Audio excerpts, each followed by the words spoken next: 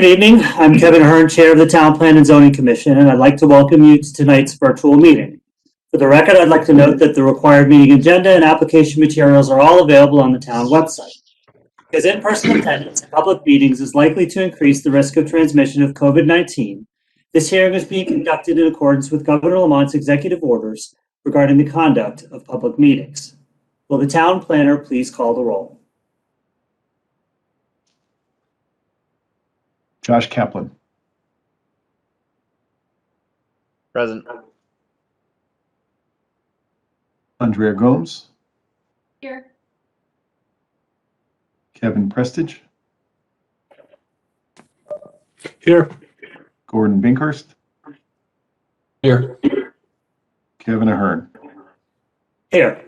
With that, Mr. Chairman, we have a quorum of the commission. Thank you, Mr. Dumais. This is Kevin Ahern, Chair again. For the record, we have a full quorum of the commission tonight. Commission members and town staff are participating by WebEx. Members of the public can view the meeting live on West Hartford Community Television or on West Hartford Community Interactive Comcast Channel 5 and Frontier TV Channel 6098 or at www.whctv.org. The meeting is also being recorded for on-demand viewing, which will be available on the town's website. Because the virtual format of this meeting, there are some special rules and procedures that I need to cover before I begin. First, I ask all participants to please mute your microphones on your devices when you are not speaking. Second, pursuant to the executive orders, all speakers must state their name and title each time they speak. Also, I'll ask members of the commission and staff to not address other participants directly. Comments and requests for information must be made through the chair. After you state your name, simply preface your question or comment with "through the chair," and when you're done, I'll recognize the person who is most appropriate to respond. With that, will the town planner please proceed with the first matter on our agenda? Thank you, Mr. Chairman. The first matter on our agenda are the approval of meeting minutes from the special CIP meeting on Monday, April 5th, 2021. At that meeting, all commissioners present, with the exception of Commissioner Kaplan, are eligible to vote. Thank you to Mr. Dumais. This is Kevin Ahern, Chair again. I'll entertain a motion on the special CIP meeting minutes.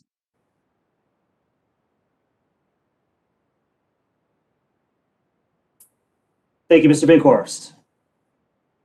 Any comment, Mr. Binkhorst? No comment. Any other comments? Let me try your minds. Mr. Dumais, please call the roll. Commissioner Gomes. Aye. Commissioner Prestige. Aye. Commissioner Binkhurst. Aye. Commissioner Ahern. Aye. With that, the meeting minutes of the CIP meeting from Monday, April 5th are unanimously approved. Thank you, Mr. Dumais. This is Kevin Ahern, Chair again. Up next, it would be item 1B. Mr. Dumais. These are the minutes of our regular meeting on Monday, April 5th. Again, all members, with the exception of Commissioner Kaplan, were present and thus eligible to vote. Thank you, Mr. Dumais. I entertain a motion on this item. Ms. Gomes. Motion to approve the draft meeting minutes from the April 5th, 2021 meeting. Mr. Chairman. Thank you, Ms. Gomes. This is Kevin Ahern, Chair again. Any comment on this item? None. Seeing none, let me try your minds. Mr. Dumais, please call the roll. Commissioner Prestige. Aye. Commissioner Gomes. Aye. Commissioner Binkhurst. Aye. Mr. Chairman Ahern. Aye. With that, the meeting minutes of our Monday, April 5th meeting were unanimously approved. Thank you, Mr. Dumais. This is Kevin Ahern, Chair again. Next up is communications. Mr. Dumais. Thank you, Mr. Chairman. First communication item 2A, 7 Fawn Brook, application inland wetland 1138, request by Rahul Meghana Gaiki to open and immediately continue the public hearing. New public hearing date to be June 7th. Since this is an item related to our public hearing later in our agenda, we typically will receive the communication in this section and take the appropriate action further down when we get to the public hearing item. This is Kevin Ahern, Chair again. Thank you, Mr. Dumais. Item 2B.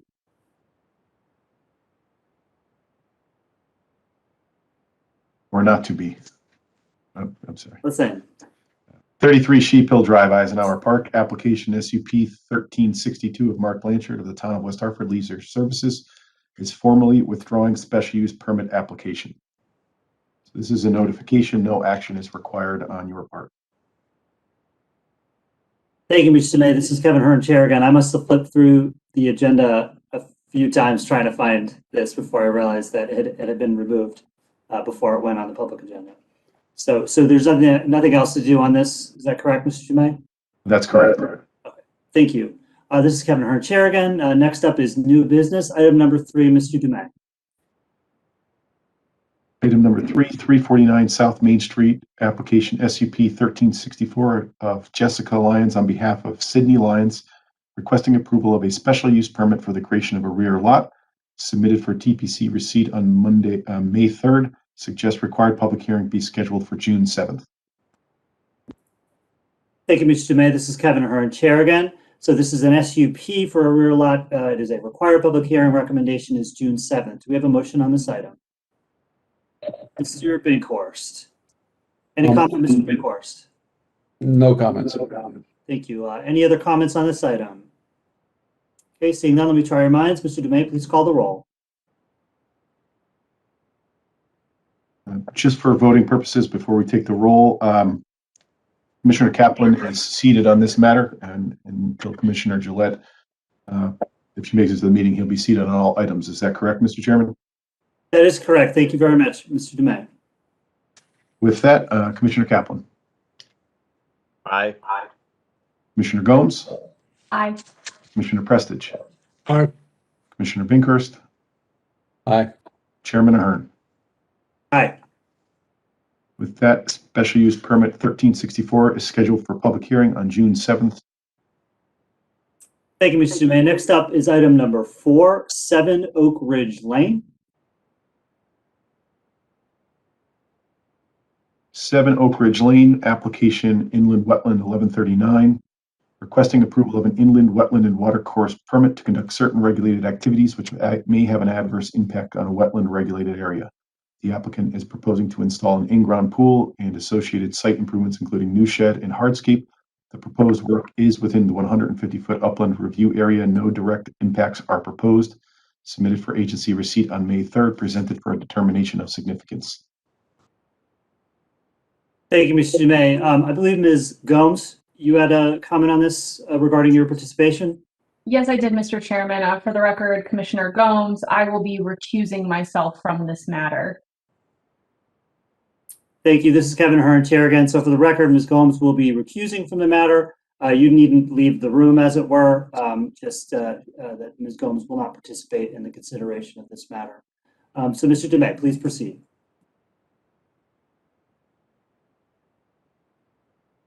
As the narrative states, this is a determination of significance for a proposed backyard pool and hardscape area.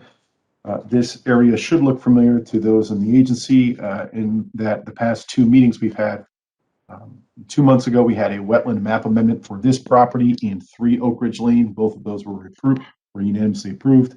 The regulated resources are to the south on the adjacent property based on that map amendment. Last month at 3 Oak Ridge Lane, there was a similar application for the creation of a backyard pool that was determined to be potentially significant, and it was scheduled for hearing last month. The specific request before the commission this evening includes a pool, in-ground pool. The application includes photographs of the existing conditions in the backyard, most of which are maintained lawn area. There are some mature trees at the property boundaries. The application materials also include a sketch or painted area depicting where the proposed pool would go, along with some of the hardscape. It includes a wetland soils consulting review of the proposal, along with an overall narrative. The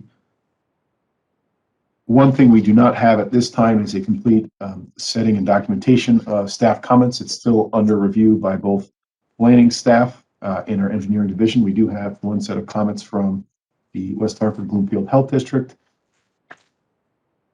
and one set of comments that have been issued from, but not addressed, from both engineering and planning. And And with that, I can answer any questions the commission might have. Thank you, Mr. Dumais. This is Kevin Ahern, Chair. Do we have questions for Mr. Dumais on this item?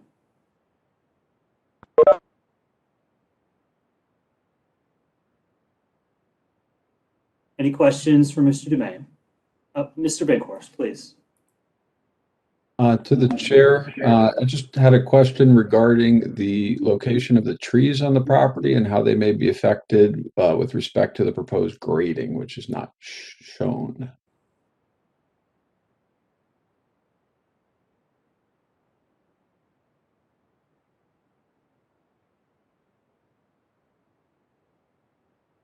Mr. Chairman, through you to Commissioner Binkhorst, it's unclear, Commissioner Binkhorst, exactly what would happen to some of those mature trees. They're not picked up or delineated on the survey. Some of the grading as proposed would appear to impact some of the root zones and some of the trees. So I can't make a definitive statement what would happen to all of those trees, but I assume many would come down based on the plan that's been provided to date.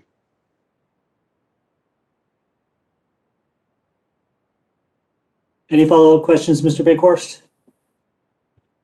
Thank you. This is Kevin Ahern, Chair. Any other questions for Mr. Dumais? Todd, I'll ask you, so with the items outstanding, I mean, I typically get a little jumpy when there's any items outstanding for, you know, that staff put forward to the applicant haven't been answered. Can you at least describe to me what you consider to be the sort of the importance of the remaining questions as related to this application? Sure, Mr. Chairman.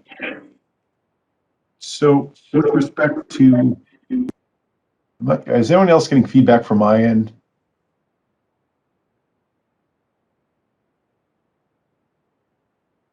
Is this better? Okay. The questions are largely detail in nature and largely around the amount of impervious coverage being proposed around the pool, including the sheds, and a better understanding of where that water goes and what impact it may have on adjacent properties and possibly the offsite regulated resource.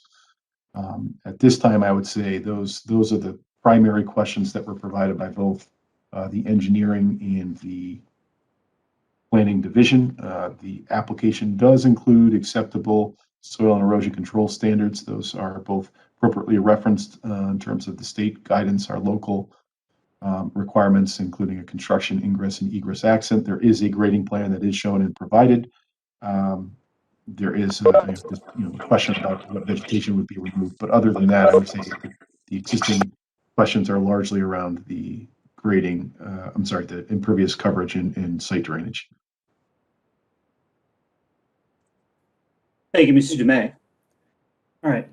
Do you have any questions for Mr. Dumais before we go to a vote on this item? Okay. Seeing none then, we'll entertain a motion on this inland wetlands application.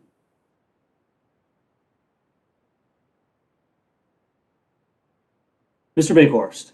I'll make a motion to consider it potentially significant impact and set it for public hearing. Thank you, Mr. Binkhorst. So the motion is on the table. Mr. Binkhorst, any comment? Just in consideration of the open questions on board as well as the tree issue, I think we'll give them the opportunity to get those answered. Thank you, Mr. Binkhorst. This is Kevin Ahern, Chair again. Any other comment on this item? Yes, I agree. I was on the fence on this one. I could have gone either way, but then sort of with Gordon's question and then with the open questions from the staff, I definitely would like to see this next month. So, all right. Oh, Mr. Kaplan, please. I'd also like to point out if you look at the photos that were included in the package, the excavation actually comes reasonably close to those trees. So even if that wasn't considered as part of the regrading, the excavation itself could damage those root zones such that those trees might be impacted long term and have to come down. I don't know if that was thought about at all, but that may be something to consider both for the property owners and for the nearby residents. This is Kevin Hearn, Chair again. Thank you, Mr. Kaplan. That's an excellent question that we will now put to the applicant next month, I think. All right, then do we have any other comments? All right, let me try our minds. We have a motion to deem this matter significant. Mr. Dumais, please call the roll. Commissioner Kaplan. Aye. Commissioner Gomes. I'm sorry, she has recused herself. Commissioner Prestige. Aye. Commissioner Binkhorst. Aye. Chairman Ahern. Aye. With that, the matter was deemed to be potentially significant and set for public hearing at our June 7th hearing date. Thank you, Mr. Dumais. This is Kevin Hearn, Chair again. Next up is item number 5, 43 and 47 Waterside Lane. 43 and 47 Waterside Lane, inland wetland number 1140. Requesting approval of an inland wetland and watercourse permit to conduct certain regulated activities which may have an adverse impact on a wetland regulated area. The applicant is proposing, in addition to 43 Waterside Lane and the demolition of the house at 47 Waterside Lane to accommodate an associated administrative lot line revision. The proposed work is within the 150-foot upland review area, the pond or lake in this instance, and proposes no direct impacts to that resource. Submitted for Inland Wetland Agency receipt on May 3rd, presented for determination of significance. I would Thank you. venture to state that, Mr. Chairman, this is a slightly unusual wetland application insofar as it's for what is hoped to be one lot. It's a proposed merger of 2 lots with 2 existing single-family homes. One home at 47 is proposed under this plan to be demolished, and then the lot line between 47 and 43 would then be merged, and one lot would exist, and a proposed addition to number 43 Waterside Lane would then be pursued. The application materials before you, this application came in, there was not opportunity for a complete staff review, so you don't see any staff comments. But what you do see is the application materials that include their site development plan, including site grading, soil and erosion control plan. And then if you go to the site plan, I think that's sheet number 1. It's the one that shows the proposed addition and the soil and erosion control plans. You'll see that the proposed addition is about 1,678 square feet. The existing house to be raised or demolished is 1,936 square feet, which would also include the removal of the bituminous driveway and some associated patio and site walkway improvements. Overall, obviously resulting in a net reduction in overall impervious coverage for the site. There is no activity proposed within approximately 30 feet, give or take, of the Wood Pond, Woodridge Lake shoreline. All of the work is in the upland side of that, principally for related to the addition and the house removal.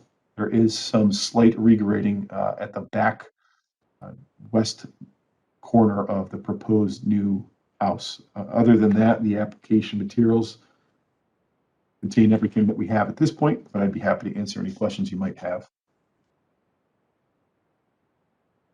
Thank you, Mr. Dumais. This is Kevin Ahern, Chair again. Do we have questions for Mr. Dumais on this item? Mr. Kaplan. Mr. Chairman, through you to the to Mr. Dumais, are they merging the lots, or is there going to be a smaller vacant lot? Just a clarification question. Mr. Chairman, through you to Commissioner Kaplan, as far as we are aware, they propose to merge the lots. I'm sorry, lot line revision. Use the wrong terminology. That's probably part of your confusion, Commissioner Kaplan. a lot line revision and not a lot merger. So they would still retain a revised vacant lot at number 47.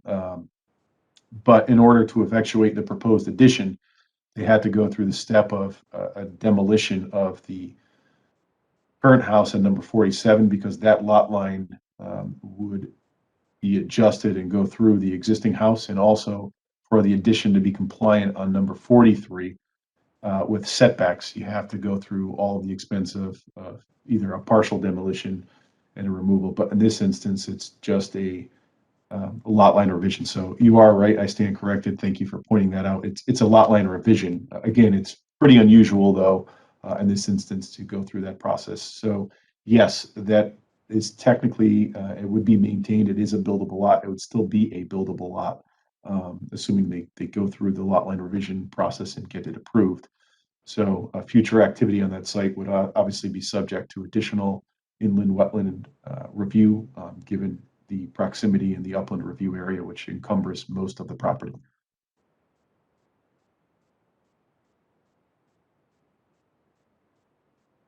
Thank you, Mr. Dubay. This is the Kevin Hearn chair again. Mr. Kaplan, do you have any follow-up? Nope. Okay. I just had a quick question procedurally. So has the lot line revision not occurred yet? Is this a conditional approval? How does that work? So the lot line revision is an administrative function or application. So I must, as the authority, the town planner is the authority to approve lot line revision applications, and I have to make a finding that it complies with all of the necessary zoning requirements. And I could not do that without requiring the house to be demolished.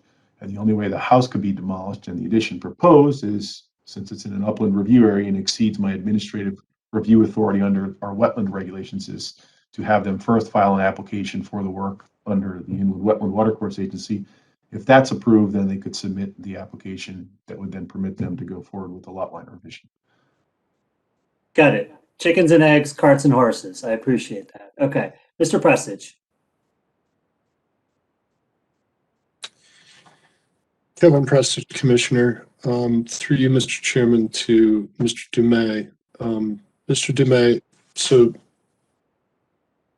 you're breaking this down into kind of simple terms.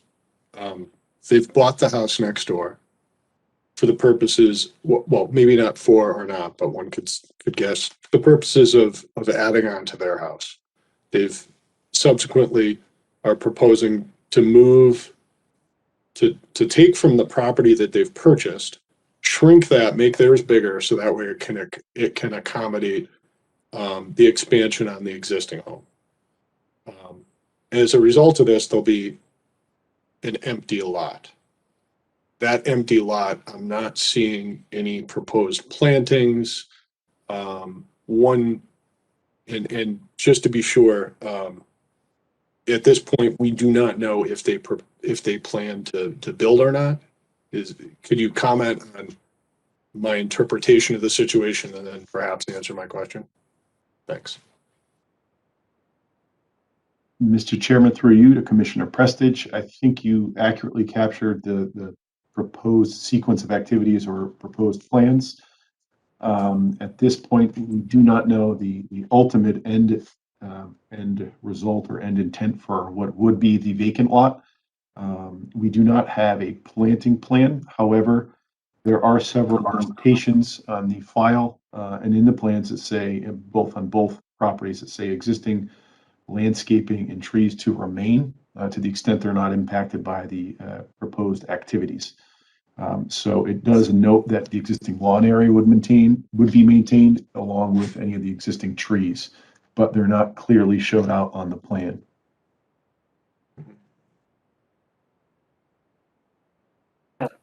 Yes, Mr. Prestidge, follow up.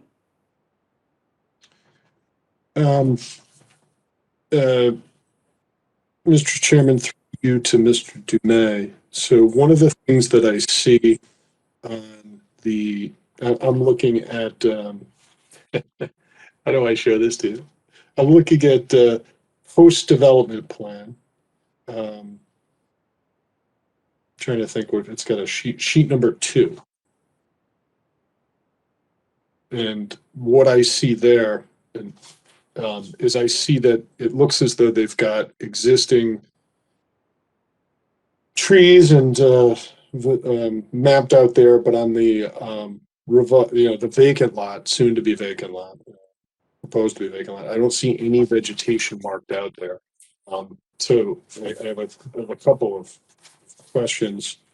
Do we have any idea if they're going to, this is all, well, a lot of this is in a regulated area. Do we know if they're just going to clear a lot of basically clear the lot?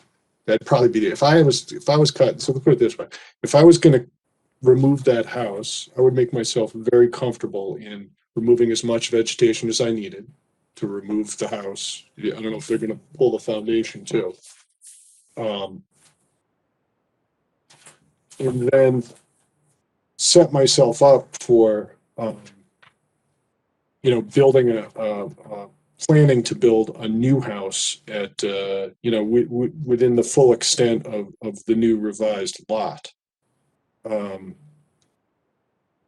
So if they were to just kind of verbally say, to the extent possible, we can't even measure what's there now to know what they might keep and what they might not keep. That's one point I'd like you to opine on. And then the other one would be, I like to, if we know they're going to build a new house, and I would think in this area that'd be a lucrative situation to be in right now. I would hate to see the applicant come to us later on and say, well, within the lot that we have, this is all we can do, and then jam it right up against the water. Because the reality of the matter is that you can balance the two one, there's cause and effect here. Cause, by expanding the existing house and shrinking this lot down, if you know you're already going to build another house, shouldn't we balance the two activities at once? So I guess my question would be, what can we do to understand if they've already got a plan in place to build a new house? And is it possible to consider both of those at once?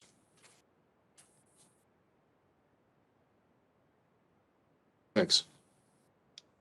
Mr. Chairman, through you to Commissioner Prestige. I'll take the questions in two parts. Let me first bring up a screen that I'm going to try to share with everyone.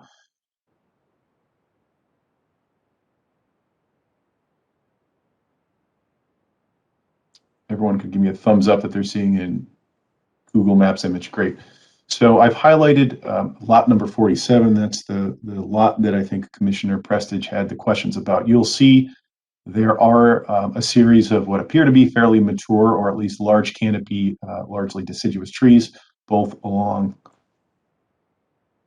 give me one moment, along here, along the pond edge, and then, more appropriately, you'll see there's a number of trees kind of all throughout the front of the property and the side of the property. So it does have a good amount of existing mature vegetation. Stop sharing that screen if you could burn that into your memories for one moment, and I will share another screen.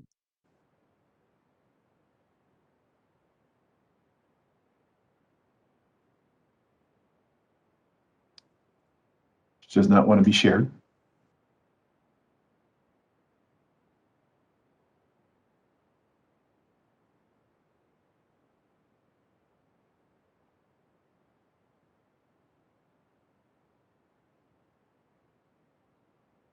Let's try this one more time.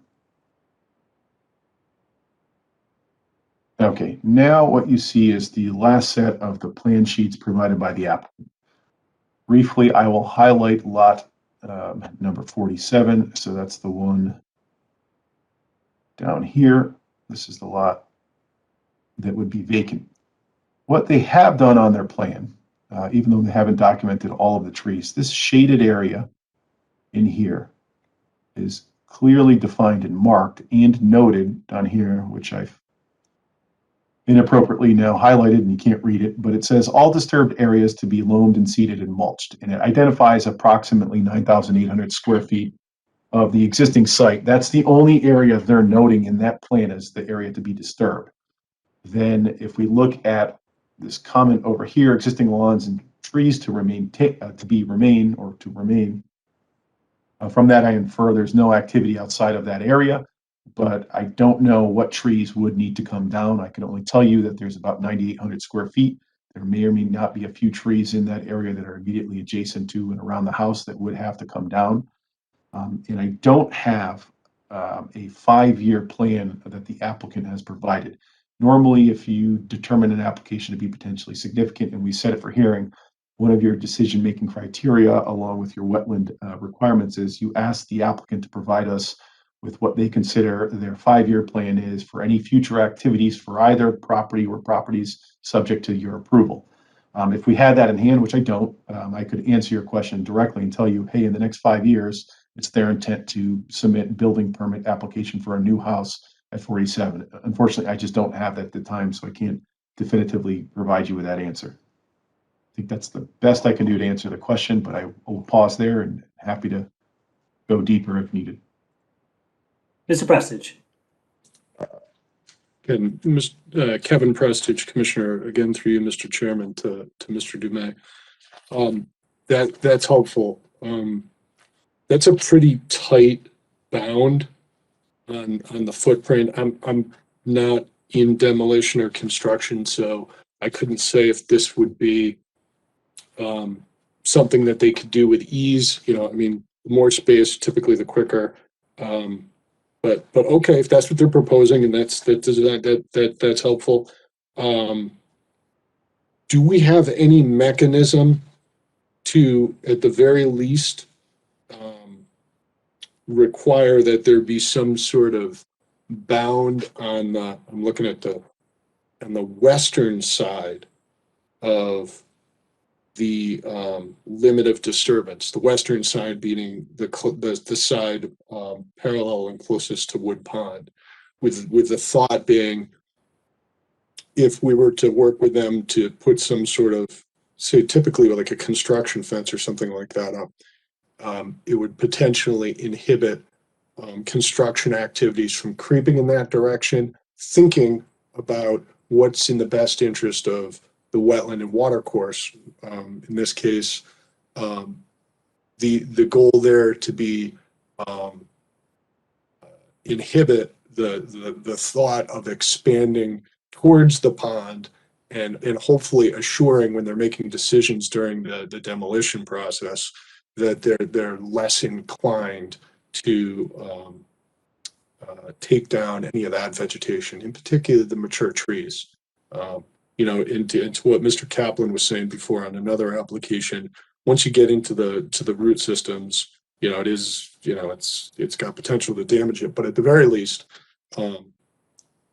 perhaps it makes some sense to try to put some. I mean, this is close to art imitating life, but does it make some sense to put some guardrails on this one, if they haven't already proposed it? And with that, I'll leave that for debate for everybody and how you choose to respond, Mr. Dumais. Thanks, all.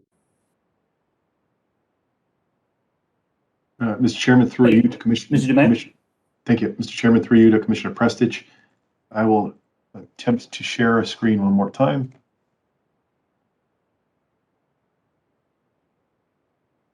Again, I've taken us back to a plan sheet that shows the proposed disturbed area, and then also includes on the plan their proposal for some of their soil and sediment erosion control. So over here, it notes that this double line, so there's a dotted line and then a rectangle line, it goes like this on 47. On the water or the pond side, it's a double layer or row of soil erosion controls, a silt fence and a silt sock. But again, I think if I heard your question correctly, this is the proposed area of disturbance. So there is a fair amount of wiggle room in between that disturbance and the proposed soil and erosion controls. Yes, I suppose, you know, that we could ask that they move that control line closer in to minimize any potential disturbance of existing vegetation or lawn. That certainly could be something that you request. However, I think, if you are concerned that there could be impact outside of the plans that are before you right now, if there's enough information there and desire by the commission, given the overall size and amount of disturbance, keep in mind this is just being presented for a determination of significance. If you feel there's enough information absent to base a decision at this point, as your authority as the wetland agency, you can obviously set it for hearing, and we can ensure that they have information such as this plan, trying to minimize the amount of disturbance and doing a tighter control limited disturbance sequence. We're providing an additional narrative about their future activities in 47. Those are the type of things we can address if it's determined to be significant and set for hearing.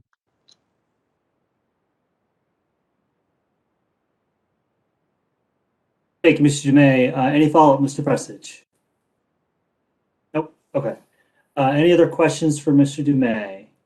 Mr. Bighorse, please. Mr. Dumais, through the chair, with regard to the demolition, or what they call raising of the structure, do they take out a demolition permit to specify exactly what they're going to be doing and the source of fill used to fill the hole, etc.? Mr. Chairman, through you to Commissioner Binkhorst, yes, that activity would be subject to a demolition permit review process. That process is administered through our building division. There is a complete demolition checklist of all required elements, and if there's fill involved, they would probably need to document where that's coming from. There also could be, given the age of the house, there's separate notices required for properties that don't go through a land use public hearing process to be posted if the house qualifies, if it's more than 50 years old and exceeds 500 square feet. They would also be required to go to the West Hartford District Historic Commission if there is no qualifying land use public hearing application. Do not believe a wetland application is a qualifying land use public hearing application. We've had this happen in the past on similar projects, so it's something we try to notify applicants of that need to run a concurrent application with the Historic District Commission if it's a qualifying structure. Thank you. Thank you, Mr. Bighorse. Any follow-up? Nope. Okay. Any other questions for Mr. Dumais? All right. Then let's entertain a motion on this item. Just a reminder, Mr. Kaplan, you are seated on all these items at the moment. Entertain a motion on this item. Mr. Chairman, I apologize. Through you, may I ask one question to Mr. Dumais? Just under the wire, absolutely. So sorry, it just occurred to me.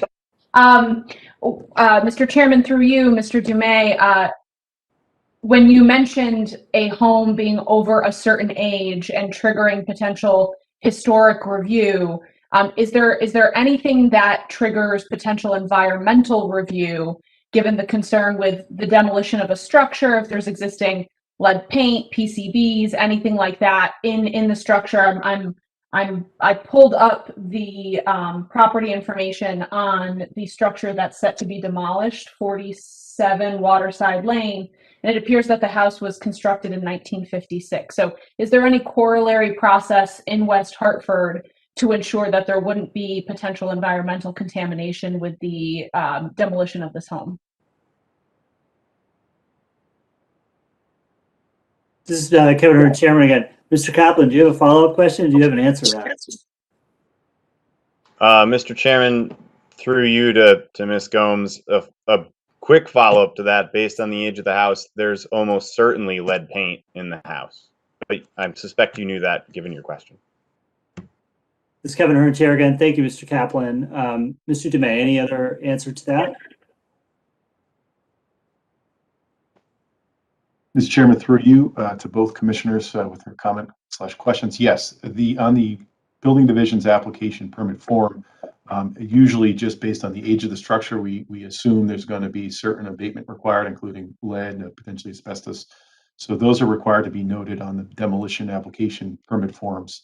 And some of those things, we track locally, but some of them they fall under the purview of the state of Connecticut in terms of needing to get additional appropriate permits. But a site like this, I'm not so sure that it would rise to that level, but there is a process for it to be reviewed within the town through our building division. Thank you. Thank you, Mr. Dumais. This is Kevin Ahern, Chair again. Do we have any other questions? All right, entertain a motion on this item. Mr. Prestige.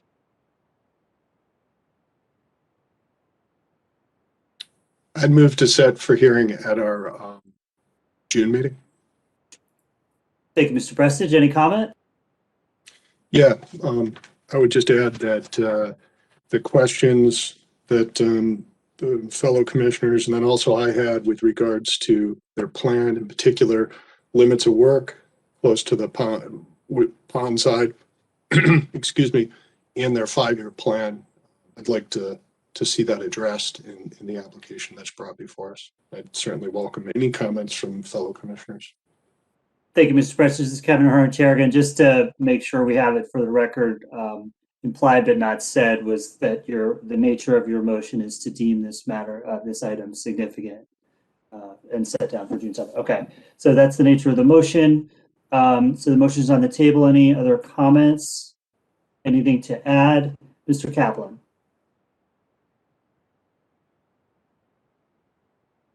Mr. Chairman, just a follow up to Mr. Prestige's comment earlier regarding the trees on the western side of the building. It appears based on the aerial photographs that Mr. Dumais pulled up for us that those trees are in very close proximity to the existing house. And it would seem to me that those are likely going to be disturbed. It would be helpful if they could provide us with the locations of those trees on the map with the disturbed area. The area that they're proposing to seed and loam that's going to be disturbed, it's hard to tell what vegetation, what existing trees are going to be removed or not removed in that area. So if those were added to the map, that would be helpful, I think, for the commission. Thank you, Mr. Kaplan. This is Kevin Ahern, Chair again. Any further comments on this item? I would just like to note 2 things. One, I think this was actually a really excellent discussion because it gives the applicant a lot of things ahead of time so that they know what's coming at them next month. So I really appreciate all of the commissioners' comments and questions on this. 2, we're doing an amazing job channeling Commissioner Gillette without her being here and defending the trees on this site. So I just I'm very impressed with everyone with that. And so with that, let me try your minds. Mr. Dumais, please call the roll. Commissioner Kaplan. Aye. Commissioner Prestige. Aye. Commissioner Gomes. Aye. Commissioner Binkhurst. Aye. Mr. Ahern. Aye.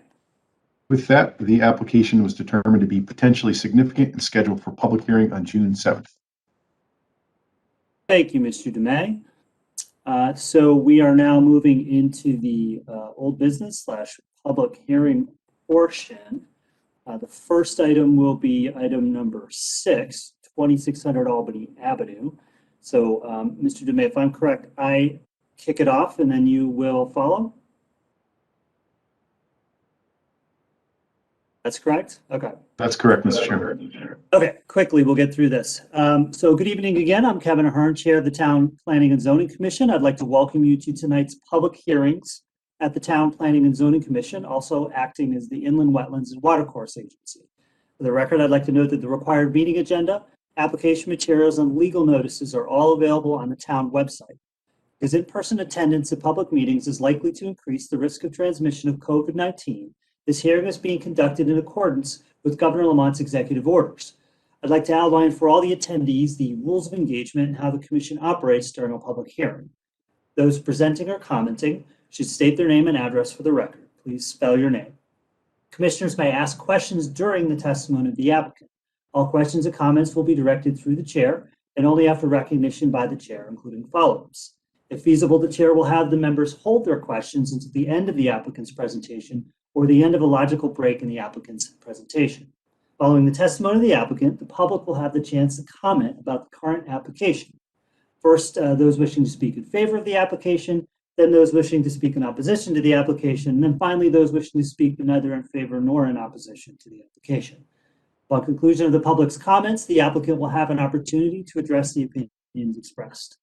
And then upon conclusion of the applicant's rebuttal, and if there are no further questions from the commissioners, the hearing will be closed.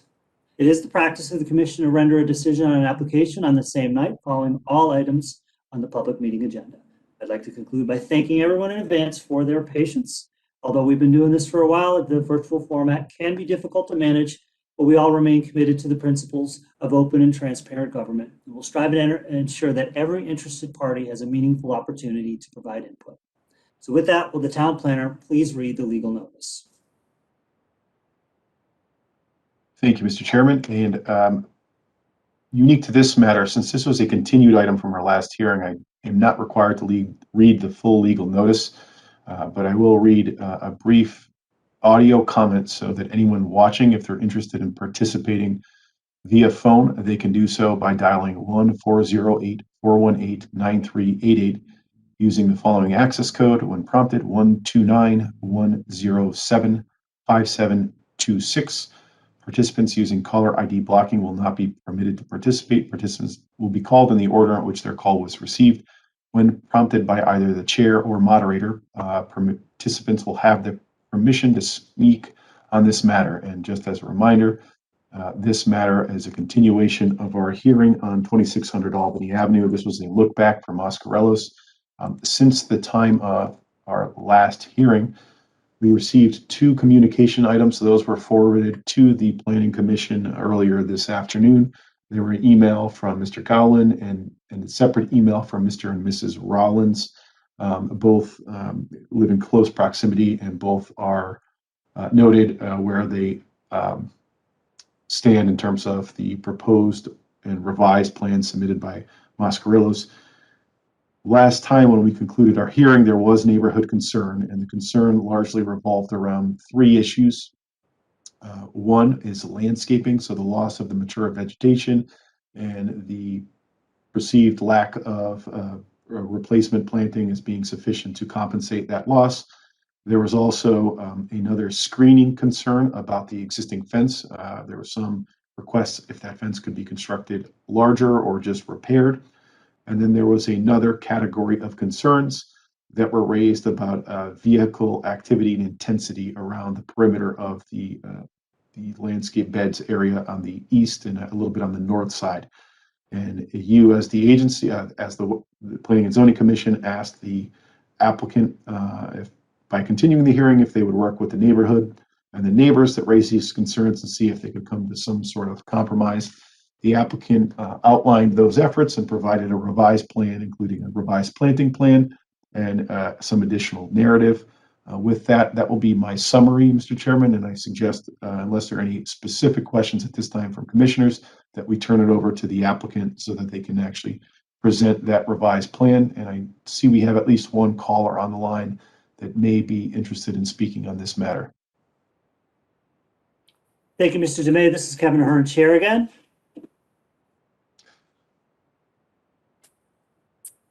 Mr. Domack, please proceed. Robert Domack, ROBERTDOMACK, applicant, Mascarellos Garden Shop, 2600 Albany Avenue. I'll keep this brief. We submitted the communications log last week to you, and we did receive one of the neighbors' recent messages sent to us by Brian at Town Hall. We're unaware of the second message that was left. But anyways, since our last meeting, we made an attempt to contact 6 of the neighbors all along the north and the east property lines. We were able to speak on either their property or our property.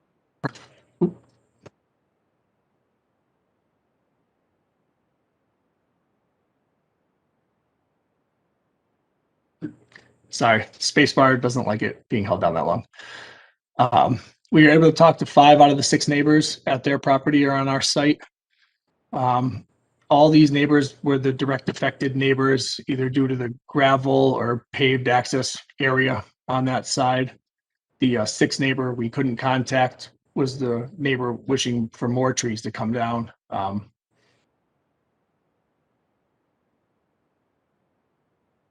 The majority of the neighbors had no issues with how we are operating. Either two of the neighbors sit below our grade line, so they really can't see anything over the current fence that exists.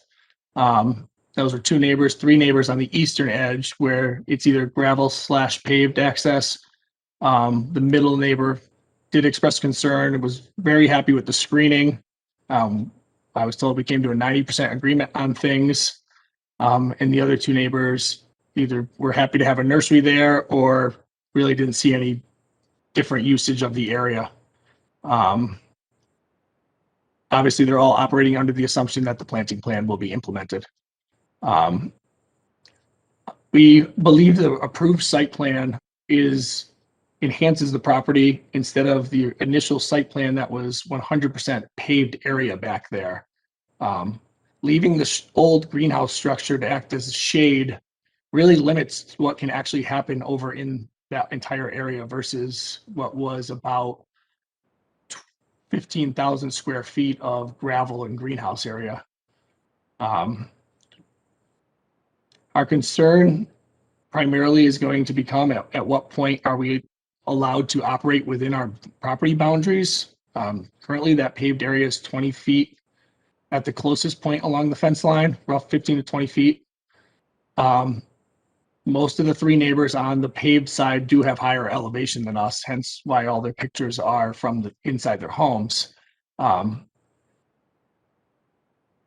you didn't bring up, Todd, sorry, the issue about paved products that the neighbor brought up, but palletized products that was brought up, but I don't see any way that we as a garden center can operate without having pallets of mulch and topsoil stored somewhere on site to bring out for sale. Overall, we feel that the community likes what we're doing. The neighbors are majority happy with how we're operating and don't see a need for change. And I really haven't seen a way to appease the neighbors that are not happy. And that's it. Back to you guys. Thank you, Mr. Domack. This is Kevin Hearn, Chair again. Do we have any follow-up questions before we move on to the additional public comments? Mr. Dumais, question. So and this is just procedural. I do see that we do have one person on the phone. Is that for this application? Do we know? Mr. Chairman, at this time, I do not believe we know who that person is. They may or may not be for this application. Okay. All right. So, Mr. Domack, anything further before we move to public comment? Should there be any additional public comment? No, there's not. Okay, thank you. This is Kevin Hearn, Chair again. Then, Mr. Dumais. Sorry, we do have a question from Mr. Binkhorst. Through the chair, I did have a question regarding the stormwater retention pond and the requirements for maintenance of same per the permit and its existing condition. If you could address that, please.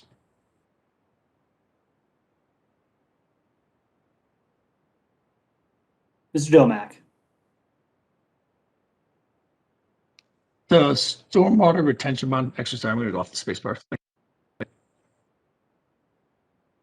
The current retention pond, we're by ordinance supposed to mow that down twice a year to maintain vegetation and allow no woody growth in it.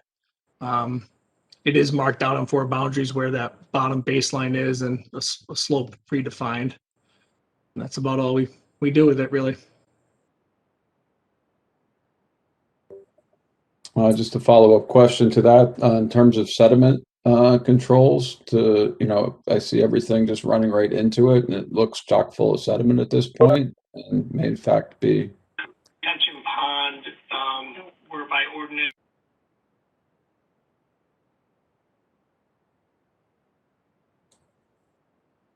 That was interesting. Keep going, Mr. Binkhorst. Okay. As I was trying to say, was the retention pond, because it's received so much sediment and growth over time, may actually qualify as a wetland at present. And there's no requirement for maintaining sediment entering and accumulating in the retention basin, and if it's operating effectively.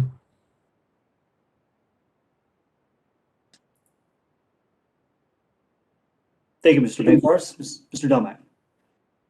Robert Domack. Currently, I'm not aware of a sediment plan for there. We did have to upgrade all the storm drainage areas that are going into there with sediment traps and the obviously the outlet. It's before my time where it was set down how high it could be. I mean, I know looking at it, the sides have gotten decently high, but where the current stormwater comes into it is not anywhere near the opening of the inlets. It's been about ground level for as long as I can remember.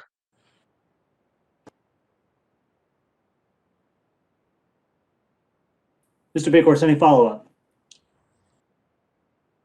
No, Mr. DeMay, could you speak to the required, was there any requirements in the record regarding retention pond maintenance?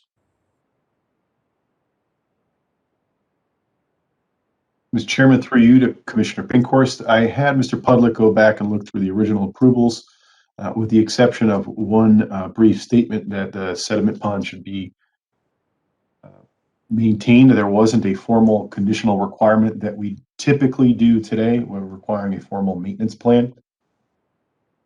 So typically today, if we were to approve an application such as this or a wetland application that it includes any type of stormwater infrastructure, we do require a stormwater maintenance plan that's usually reviewed and approved by the town engineer in consultation with my office. And then there's an annual letter or report back to our office so we can track that ongoing maintenance. But that was not the case when the nursery was originally approved. So there isn't that specific requirement currently in existence. Okay, thank you. Thank you, Mr. May. This is Kevin Ahern, Chair again. Mr. Bankhorst, any follow-up?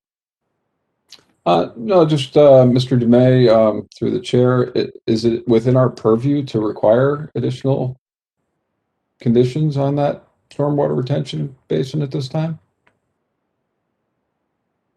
Mr. Chairman, through you to Commissioner Bankhorst, the look back process, again, as a reminder, the special use permit was approved several years ago, and every time there's an amendment, you get a new approval on that special use permit. It's essentially modified, and then there's a new look back period. We are here for the look back period for the modifications to this greenhouse laydown area or outdoor display area. And you have the ability under our ordinance to look through any conditions that you see fit that maybe, in your opinion, as the agency, are needed in order to meet its obligations pursuant to the original findings that, the size, intensity, location, all of the proposed development is consistent with our zoning ordinances. So the look back process affords you the opportunity to impose additional conditions. You can't you can't eliminate an approval, can't take the approval away, but you can address operational concerns. And certainly stormwater management or soil erosion control, I think, falls under your authority vis-a-vis the look back process. Thank you, Mr. DeMay. Thank you, Mr. May. Thank you, Mr. Bankhorst. This is Kevin Ahern, Chair again. Do we have any other questions? Mr. Domack? Right. All right. So we will then move on. We're not, there'll be further opportunity to comment and or question, but what we'll do is we'll move into the public comment portion. We had two late items that were emails that have been shared with the commission and are posted on our website, I just noticed.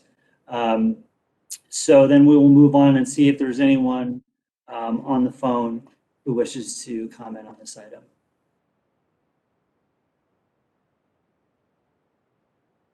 Hello, Mr. Chair. This is Robert Gosden, moderator.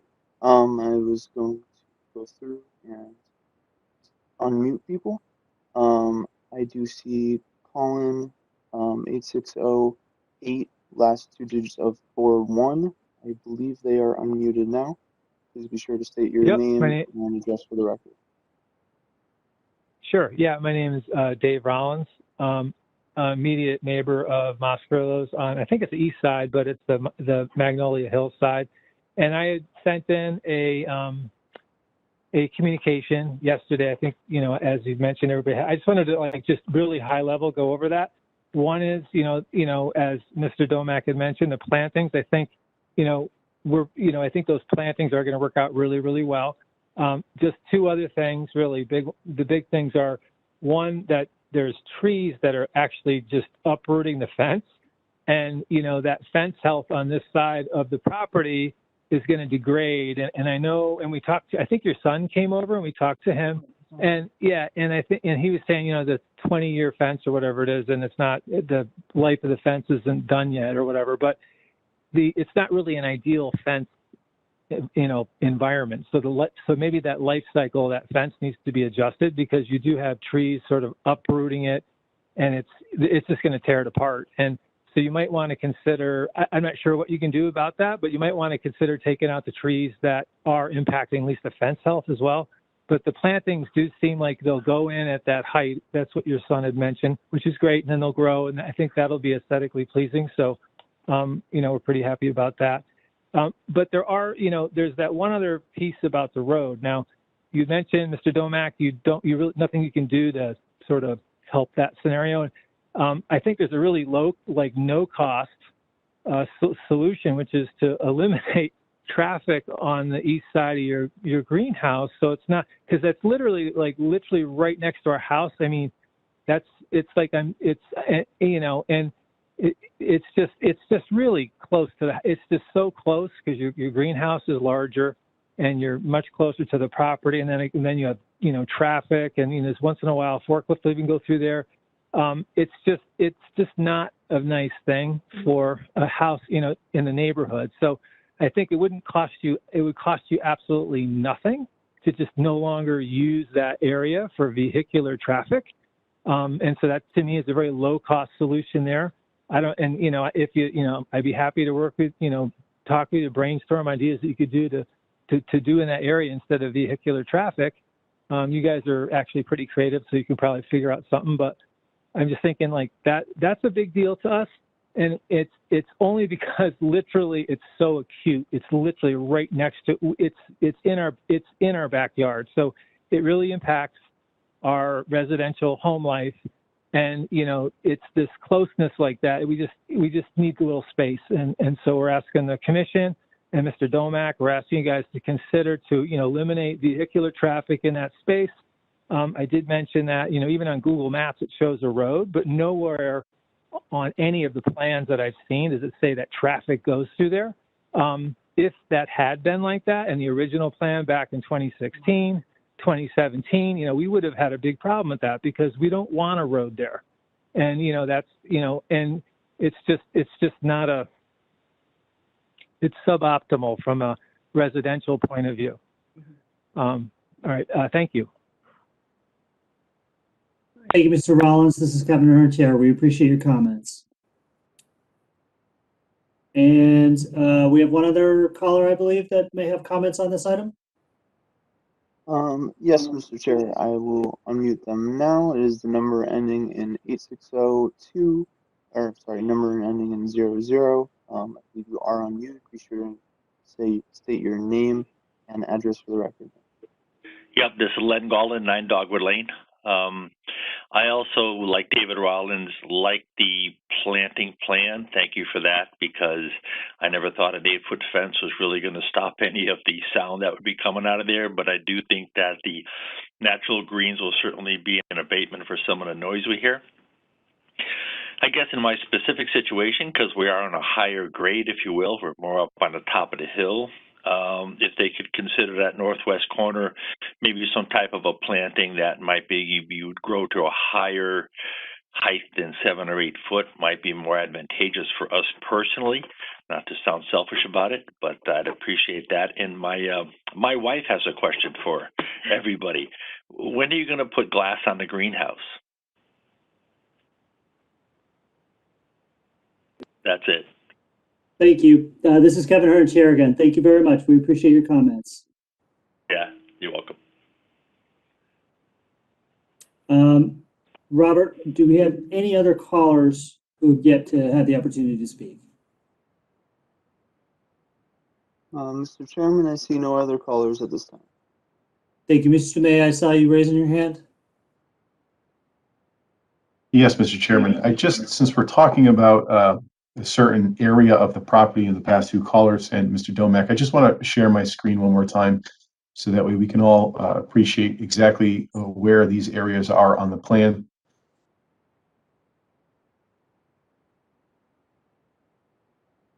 So right now I've pulled up an image. This is a fairly current image. And the area we're talking about that's been addressed is this area in here. You can see it's an asphalt drive. So the people are saying this is the vehicular access area here. Mr. and Mr. Rollins live over here on this side of the residential side of the development. And what I'd like to do is that area is highlighted there. So I'm going to take off the annotation. Again, you see there is an asphalt drive on that side of the greenhouse, what appears to be a greenhouse structure. I can partially address that comment as well. And what I would like to do now is bring up a different view that shows this same area going back in 2016. So before Musgrills came back in for a modification, you'll see on your screen now the time in 2016, the greenhouse structure was an actual, a much more an actual greenhouse, but you'll see that it was all landscaping. There was no vehicular access on the eastern side of the building. And if you go back and look through the approval materials during the time, it was not clearly articulated during that process to the planning commission or the neighbors that was going to be at all subject to kind of increased vehicle activity. Which is somewhat pertinent because if we go back and we look where the large greenhouse structure that was approved at a prior version of this application, so this very bright white image is the new greenhouse that's on the main building along Albany Avenue. At that time, this exact same concern was raised by the neighbor at 2598 Albany Avenue. And the approval for this part of the greenhouse structure, so this new addition here, included a prohibition on vehicular access and use of the area in between it and the neighbor next door. So I think what we've heard from the neighbors is essentially they're looking for that same sort of treatment in respect to the greenhouse as it's developed now on the northern side of the property. So I just wanted everyone to be oriented, to exactly where we're talking about because we keep hearing it. And I think the last commenter was referring to the northwest corner of the site. And I think this is something that perhaps the applicant RJ can address. So he had commented this northwest corner, looking for something that, so in this area here, in the planting plan that could be larger than 6 or 7 feet. I will note that the plan that was submitted, I assume, and I can ask RJ to confirm, that the heights that were specified are the heights at time of planting. So you'll see a number of types and species of trees that generally range in the plan that's provided from 5 feet in height up to 8 feet in height. But I want Mr. Domek to confirm that is at the time of planting.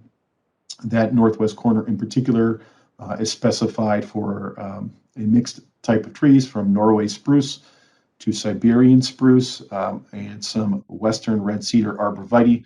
So if Mr. Domek could perhaps provide some testimony about, given the spacing of those plantings, assuming they're planted properly, how tall those could expect to achieve a height in that environment, and how quickly do they grow per year. I think that would be informative to the callers who raised the issue. Thank you, Mr. Dumais. This is Kevin Hearn here again. Mr. Domek? Robert Domek. I'll start with Todd. I'd love to talk about plants. Those are the planted heights. Some of the stuff is already out there staged to be planted, hoping approval. We did note on most of the plan how far apart they're spaced, either 5 feet on center for the arborvitae, which is obviously the bulking of the screen. The other items are about either 8 to 10 feet, depending on what they are. Western arborvitae grow to 30 feet by 15, 20 feet wide. Serbian spruce, 25 to 30 feet by 6 to 7 feet wide. The limber pines are smaller in that narrow section you see there. They're going to get about 20 feet high, 5 feet wide, and the Iowa juniper are only 15 feet high and 6 to 10 feet wide. The fun part of the questions there. noting Mr. Dumais' last Google image there, and it appears you can clearly see beforehand a whole bunch of vehicle tires through mud around that northeastern side of the property. The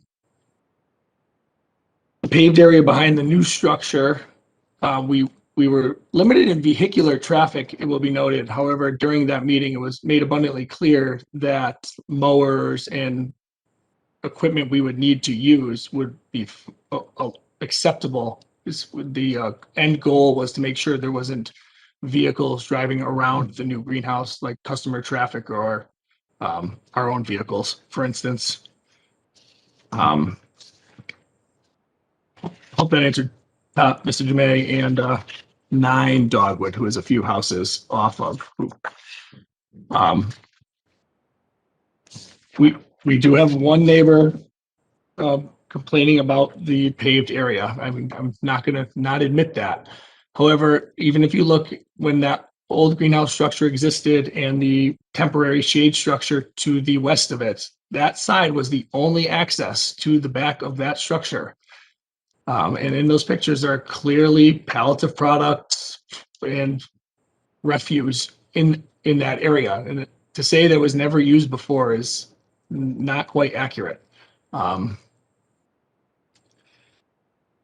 I feel it's really limiting the noise, and that we can hear 44 from where that neighbor's house is. I mean, I assume we'll get blamed for every Jake break that goes off on 44, but to have instead tractor trailers backing up to that small garage, which was the old site plan, then probably what would occur again if the loop around isn't allowed to exist, I feel is louder.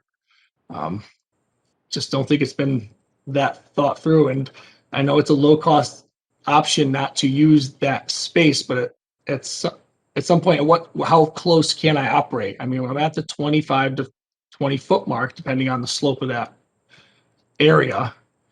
And my major question is, how far over are we operating? Will I now be getting complaints from farther down the road? I don't know the answer to that, and I'm open to ideas, obviously. Thank you. Thank you, Mr. Somack. Do we have any follow-up questions for that? Mr. Preston. Yeah, Kevin Prestidge, Commissioner. Mr. Chairman, through you to Mr. Dumais. Mr. Dumais, if you could remind me here, with regards to the SUP here, would you remind me of the underlying zone? And then could you also remind me of when we issue an SUP, what are some of the requirements that with regards to interactions with abutting properties that must be considered? Thank you.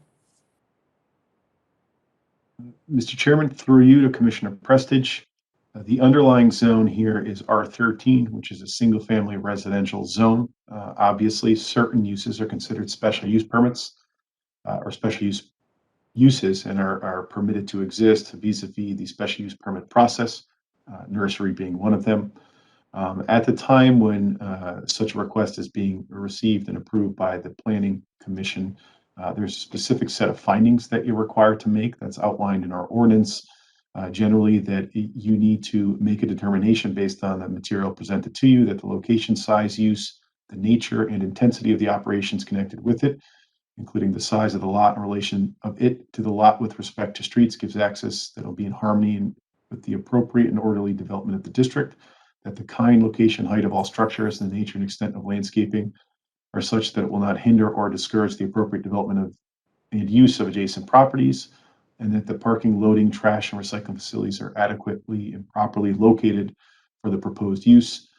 So those are your kind of broad set of findings that you're required to make, in addition to any other applicable zoning requirements for screening, coverage, building heights, things like that. So if you infer from that, there clearly is always a relationship with a proposed special use on a parcel to its adjoining parcels, which are most frequently a residential, and this property is an example of a special use, approved special use permit that's surrounded by mostly residential. I would note there is an adjacent a special use permit just to the west of this property in the synagogue.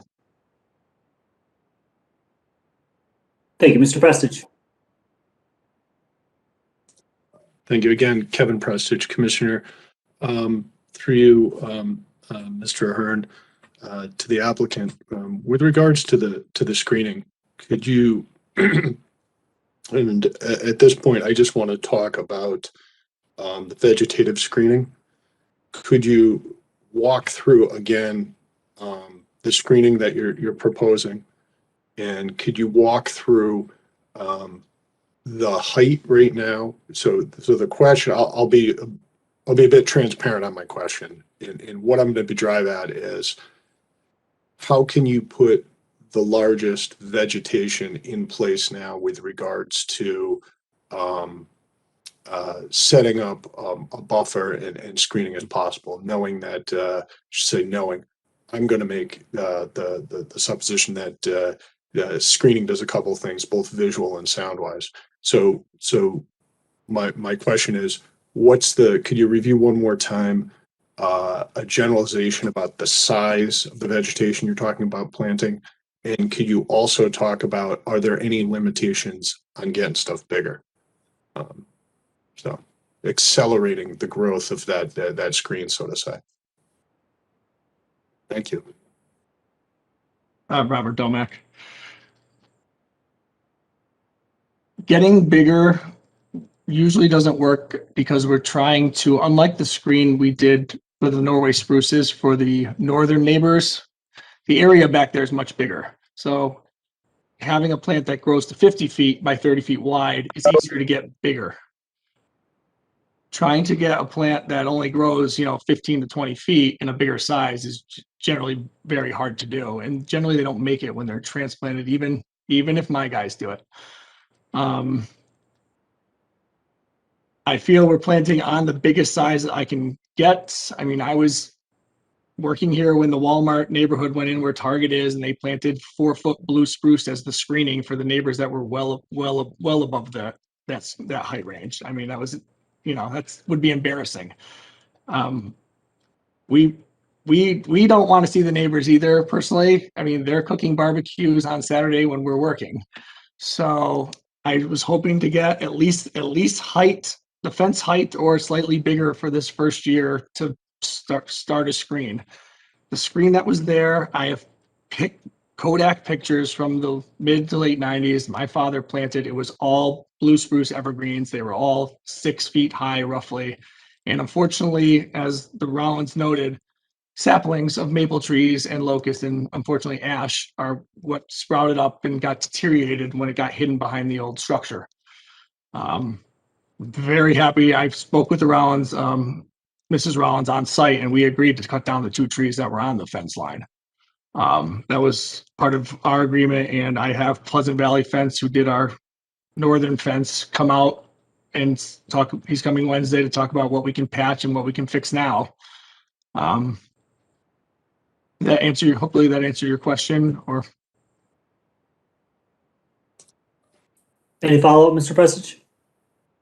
Yes, Kevin Prestich, Commissioner, through you, Mr. Chairman. Thank you for the explanation. And I do know that, I shouldn't say I do know, I believe that it is, as you said, hard to get your hands on vegetation that's at full mature growth. That said, again, is there other options to get up and to get taller and bigger, and basically get that screen in faster? What's the tell me it's just a no, or what the and why?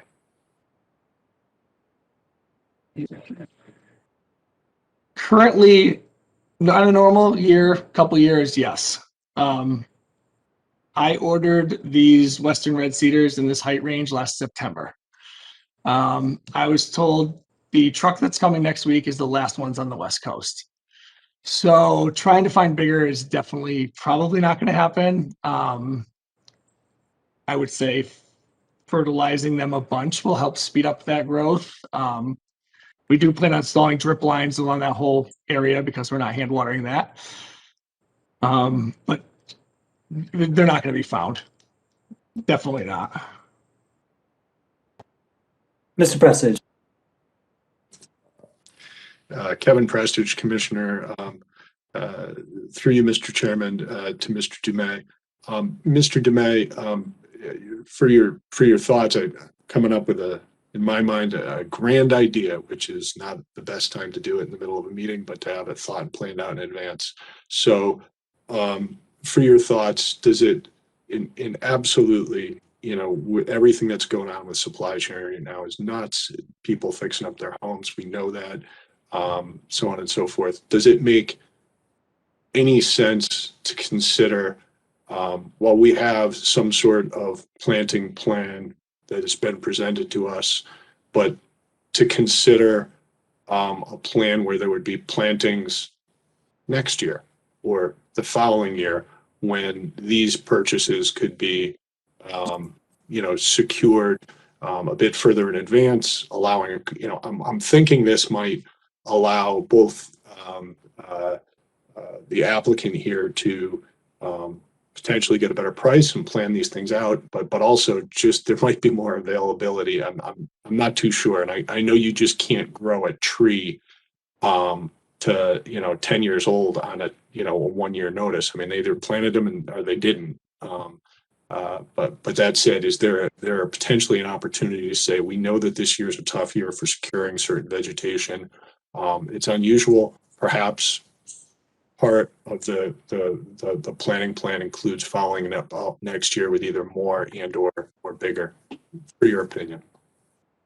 Thank you, Mr. President. This is Kevin Hearn, Chair. Mr. Domak was, raising his hand. So maybe, Mr. Dumais, you hold your thought for a second. Let's see what Mr. Domak may have an answer to that. I'll follow into this grand idea scheme.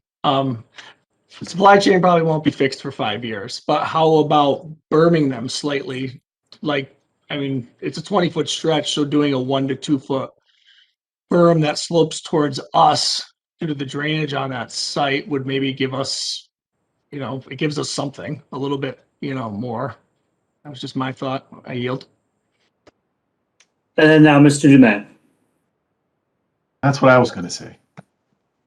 No, I think I share Mr. Domac's concern about sourcing, given the lead time to grow these plants. I'm hearing this issue everywhere, and that's actually an excellent idea if he's confident that he could plant the material on top of a berm and reasonably keep it healthy, but at a 1 to 2 foot height. That's not going to be an issue. We often see times when we've had experience on this commission where you've required a taller berm and it's difficult for the plants to take hold without irrigation on berms that are taller. So it's actually a reasonable idea that Mr. Domak offered, and it might give you initial foot or two of height right off the bat. Thank you, Mr. Dumais. Thank you, Mr. Domak. Do we have any other follow-ups? Questions? So I do. The vehicular issue that was raised on the east side.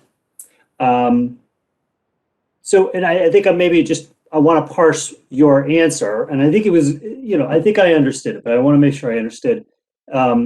Was it, you're saying, one, there was always activity there, and tell me if that's true or not. There hasn't been an increase in overall activity, or has there? Because it's paved, it's easier to access. Has more activity moved there, right, since this change? Or is it the same activity? Is there some potential option where some of that activity could move back where it started? So those are my three questions. The last one's dependent on the first two. Robert Domak. There has always been activity there. It's definitely slightly increased due to the pavement. We're able to back up a pickup, truck from there in the morning to load it, and we use that as staging for customers' sold items. So if that are for delivery. So if most people want a delivery of, a tree which they can't fit in their car, usually just a dump truck will back up there. If it's a dump truck with a backup alarm, we try to go around the back so it's not obviously beeping.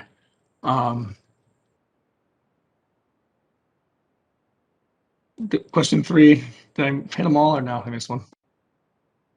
Yes, and so let me just follow up on that, because that was the other thing I forgot to ask about. Implied, but I wasn't sure if this is exactly what you're saying, and you brought up the backup alarm.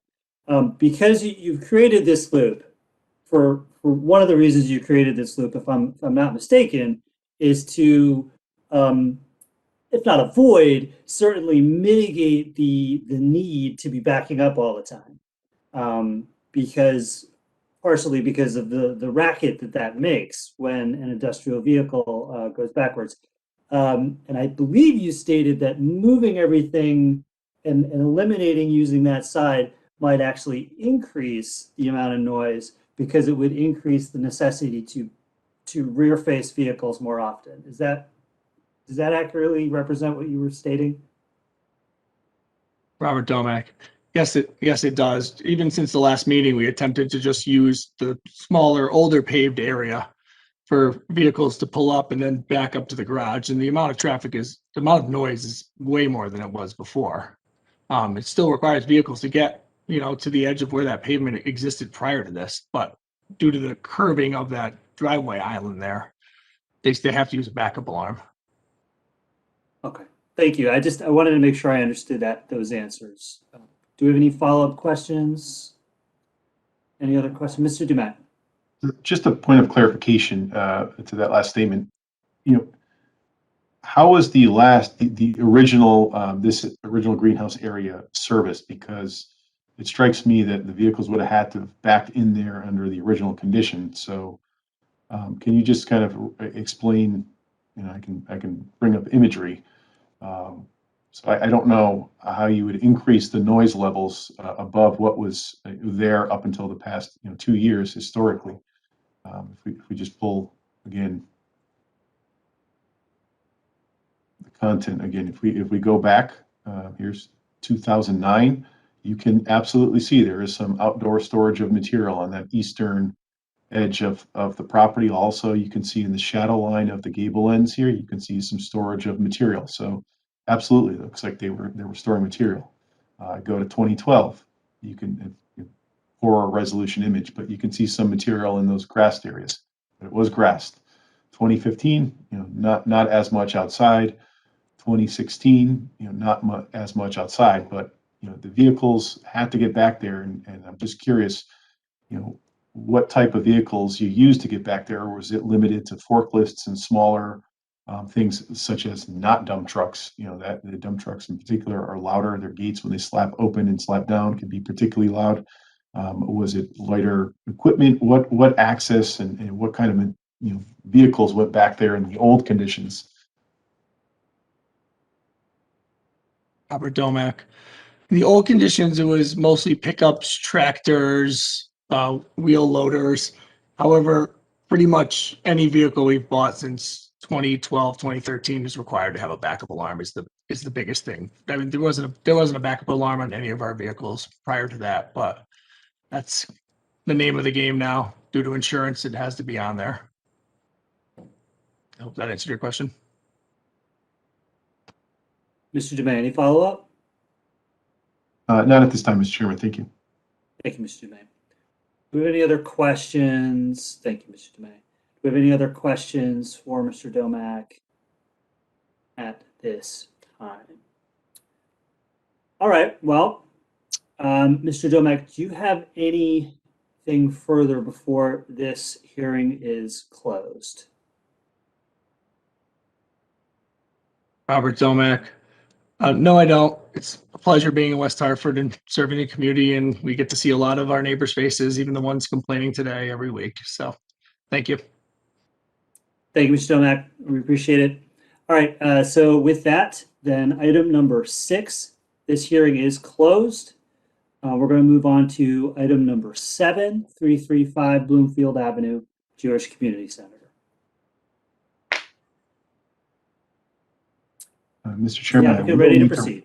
Yes, I will need to read legal notice. West Hartford Planning and Zoning Commission legal notice. The town of West Hartford Planning and Zoning Commission, also acting as the Inland Wetland and Watercourse Agency, will hold its regular virtual meeting at 6 p.m. on Monday, May 3rd. The public hearing will be conducted exclusively as a virtual public hearing in accordance with Governor Lamont's executive orders regarding the conduct of public meetings and proceedings, and will convene at 6:15 p.m. or soon thereafter, as the matter may be heard on 335 Bloomfield Avenue, Jewish Community Center, application SUP 1328, look back 21, requesting TPC review and look back of compliance with conditions of SUP 1328, originally approved on September 5th, 2018, for an outdoor nature center, submitted for TPC receipt on April 5th, required public hearing scheduled for May 3rd. At this hearing, interested persons may be heard and written communication received as outlined below. The full application is available for public review by visiting the town's website and following the following navigation path: Government tab, Board and Commissions, Town Plan and Zoning, Inland Wetland Watercourse Agency, Next Meeting Agenda, and clicking on the May Meeting Agenda, or by email request to comment.tpz@westhartfordct.gov. Virtual meeting viewing instructions. The public hearing will be broadcast live on West Hartford Community Interactive Comcast Channel 5 and Frontier TV Channel 6098, and streamed live at www.whctv.org. Any interested persons may participate in real time by calling 1-408-418-9388 and using the following access code 129-107-5726 at 6:15 p.m. Participants using caller ID blocking will not be permitted to participate. Participants will be called in the order in which their call was received. When prompted by the chair and/or moderator, participants will have the permission to speak on matters germane to the hearing. Written comment: any interested person may submit written comment or testimony via email to comment.tpz@westhartfordct.gov or via mail to Town Plan and Zoning Commission, Town Plan and Zoning Office, Room 214, Town Hall, 50 South Main Street, West Hartford, Connecticut. Written comments will be made part of the record at the May 3rd public hearing and posted on the town's website. In order to be included as part of the record, written comments must meet the following requirements. They must be received no later than 3:30 p.m. on Monday, May 3rd. The subject of the email shall be the application number and address. The body of the email must begin with the interested person's full name and street address, and comments must be germane to the application and not longer than 500 words. Posted on 4/21/2021. Kevin Ahern, TPC Chair, Todd DeMay, Town Planner. And for the record, Mr. Chairman, there were no comments received for this application.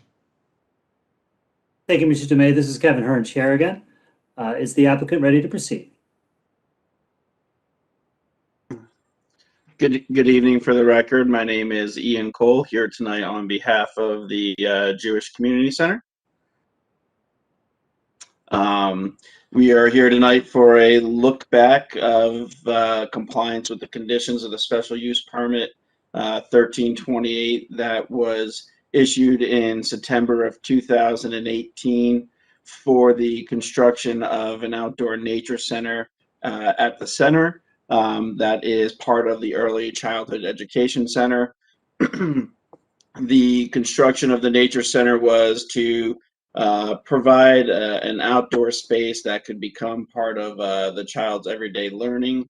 The space has allowed us to extend outdoor play in the curriculum beyond the classroom walls. It's been a great addition to the center. In the 2 to 3 years that we've been in operation, the site's been in compliance with the permit conditions, and we've heard no comments or concerns from town staff or any complaints from the general public. So it's been a good addition to the center, and you know, we'd be happy to answer any questions that the commission or town staff have. Thank you, Mr. Cole. I just quickly direct to Mr. DeMay. Is there anything that was given to you that hasn't already been given to us? Mr. Chairman, there is not for this application. You should have. Hopefully everyone had the opportunity to review all of the submitted materials, which was provided in an extremely nice and readable summary, agenda and item summary by Mr. Pudlick. So if you do have any questions above and beyond that, I encourage you to reach out to Mr. Pudlick with anything that might arise. Thank you, Mr. Dumais. Do we have any questions for the applicant or for Mr. Pudlick?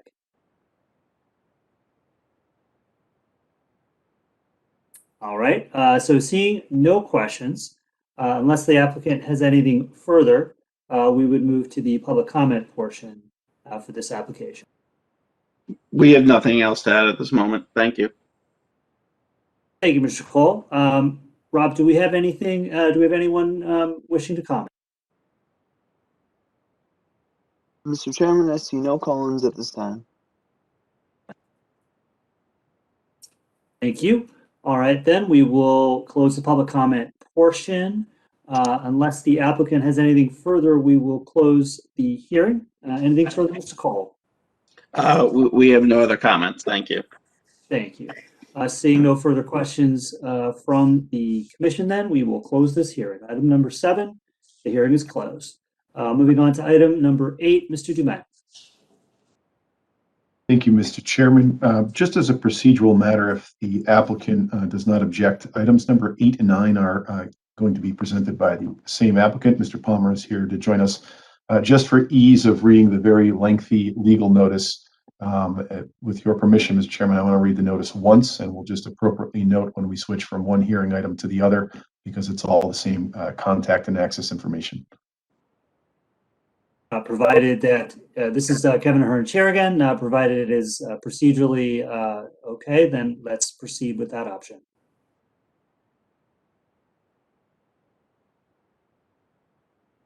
Thank you. West Hartford Planning and Zoning Commission legal notice. The Town of West Hartford Planning and Zoning Commission, also acting as the Inland Wetland and Watercourse Agency, will hold its regular meeting at 6 p.m. on Monday, May 3rd. The public hearing will be conducted exclusively as a virtual public hearing in accordance with Governor Lamont's executive orders regarding the conduct of public meetings, and proceedings will convene at 6:15 p.m. or soon thereafter, as the matter may be heard on the following: 33 Sheep Hill Drive, 1977 Breton Road, Morley School. Application SUP 1329, look back 21 of Robert Palmer, Director of Plant Facilities and Services, Town of West Hartford, requesting a TPC review of look back of compliance with conditions for SUP 1329, originally approved on November 7th for the installation of a shade structure in the kindergarten playground, submitted for TPC receipt on April 5th, required public hearing scheduled for May 3rd. 1943 Asylum Avenue, Bugby School, application of Bob Palmer, Director of Plant and Facilities Services of the Town of West Hartford, requesting TPC review and look back of compliance with conditions for SUP 1330, originally approved on December 3rd, 2018 for an 804 square foot addition and ADA sidewalk ramp to the main school entrance on the north side of the building, submitted for TPC receipt on April 5th, required public hearing scheduled for May 3rd. At this hearing, interested persons may be heard or written communication received as outlined below. The full applications are available for public review by visiting the town's website in the following navigation path: Government tab, Board and Commissions, Town Planning and Zoning / Inland Wetland Watercourse Agency, Next Meeting Agenda, clicking on the May meeting, or by email request at comment.tpc@westhartfordct.gov. The public hearing will be broadcast live on television on West Hartford Community Interactive Comcast Channel 5 and Frontier TV Channel 1698, and streamed live at www.whctv.org. Any interested persons may participate in real time for either application by calling 408-418-9388 and using the following access code: 129-107-5726. Participants using caller ID blocking will not be permitted to participate. Participants will be called in the order in which their call was received. When prompted by the chair and/or moderator, the participants will have the permission to speak on matters germane to the hearing. Any interested person may submit written comment via email to comment.tpc@westhartfordct.gov or via mail to the Town Planning and Zoning Commission, Town Hall, Zoning Office, Room 214, Town Hall, 50 South Main Street, West Hartford, Connecticut. Written comments will be made part of the record at the May 3rd hearing and posted on the town's website. In order to be included as part of the record, the comments must meet the following requirements. Comments must be received not later than 3:30 p.m. on May 3rd. The subject of the email must be the application number and address. body of the email must begin with the interested person's full name and street address. The comments must be germane to the application and not longer than 500 words. Posted on 4/21/2021. Kevin Ahern, DPC Chair. Todd Dumais, Town Planner. Again, for the record, for both applications 77 Brettonwood and 1943 Asylum Avenue, we do not have any additional written comments received.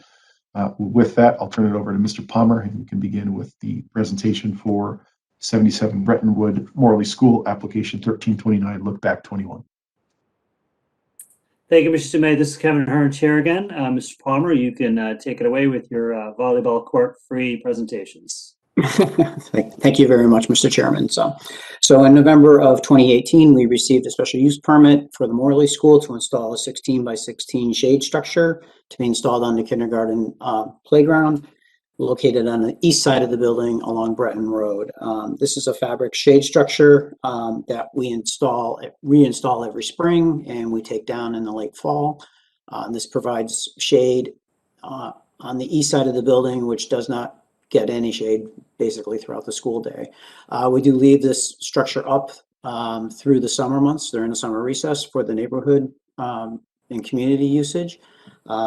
Since we installed this in the spring of 2019, it has been well received by the school and by the neighborhood in general. We've received no feedback, negative feedback from any of the residents or any of the users of the school property. So, be happy to answer any additional questions you might have. Thank you, Mr. Palmer. This is Kevin Ahern, Chair again. Do we have any questions for Mr. Palmer? All right, seeing none. Mr. Goslin, do we have any comments from the public? Mr. Chairman, I see no call-ins at this time. Thank you, Mr. Goslin. This is Kevin Ahern, Chair again. Mr. Palmer, do you have anything further on 77 Breton Road, Morley School? Nothing further, Mr. Chairman. Thank you, Mr. Palmer. Any further questions? Seeing none. With that, the hearing on 77 Breton Road is closed. Item number 9. Do we have any questions for Mr. Palmer on item number 9?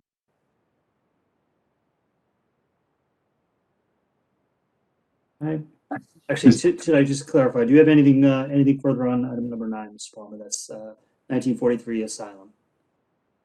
Would you like, Mr. Chairman, would you like me to do a summary of the project? Please do. Okay, thank you. All right.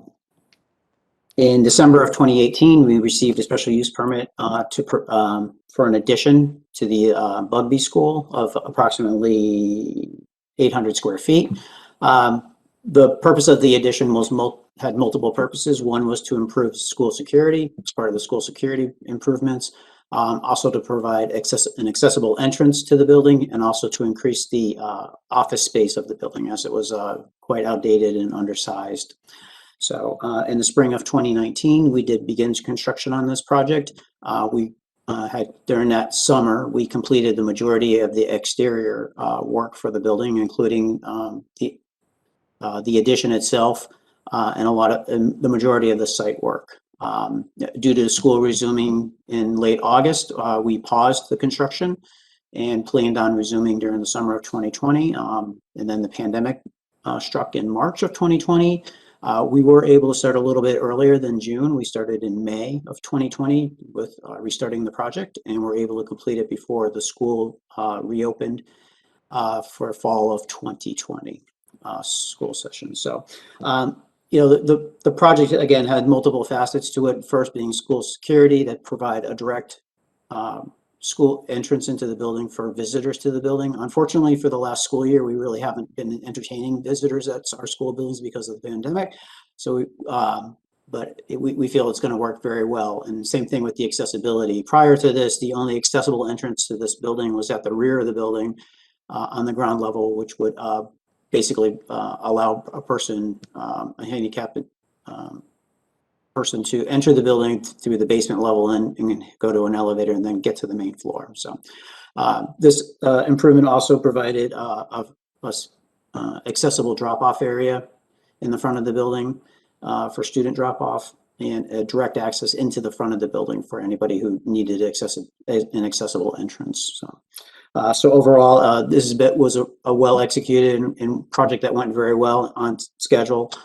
We had planned on 2 summers to perform the work associated with this project. Everything went well. It's been well received. We haven't received any negative feedback from the neighbors. It's been well received by the school community. Back to you, Mr. Chairman.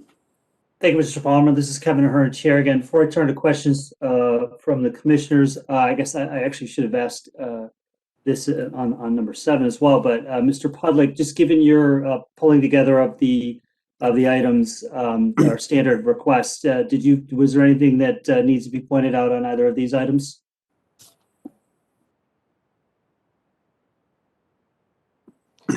Mr. Chairman, Brian Pudlick, Associate Planner.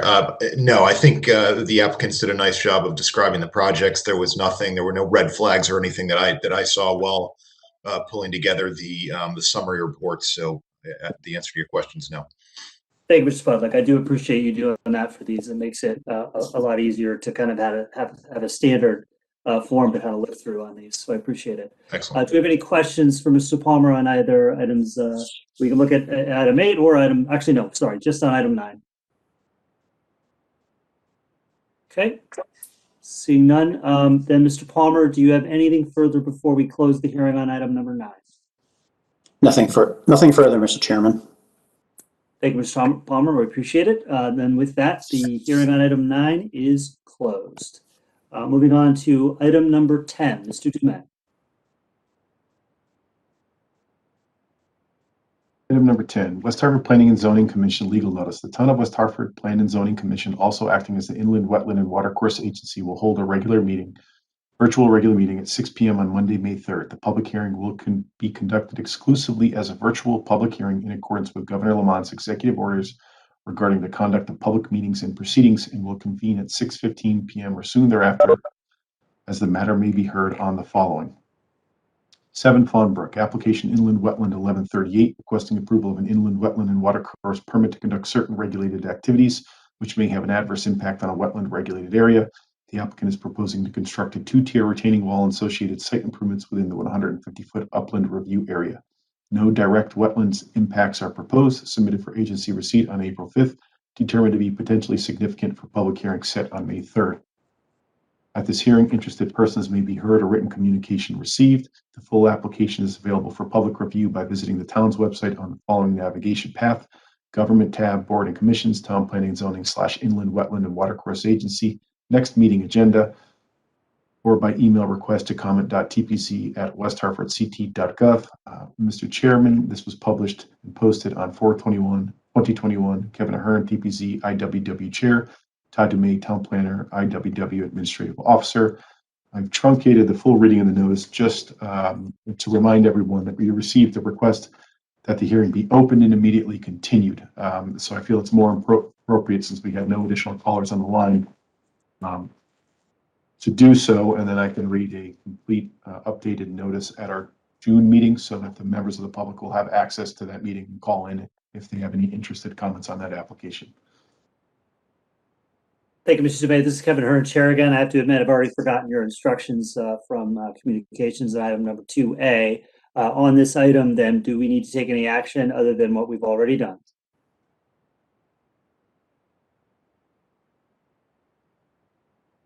So with that, Mr. Chairman, we technically just opened this, and we just need to make note that the application is open and immediately continue to our June 7th meeting date. All right, so that has been done for the record, and so we need to do nothing further on this item. Is that correct? That's correct. Thank you, Mr. Dumais. All right, then. So that item is going to be continued. So we have no further items on the public hearing agenda. So then let's move back to deliberation. All of the items in old business are lookbacks, starting with item number 6. So for purposes of discussion, we'll entertain a motion on this item.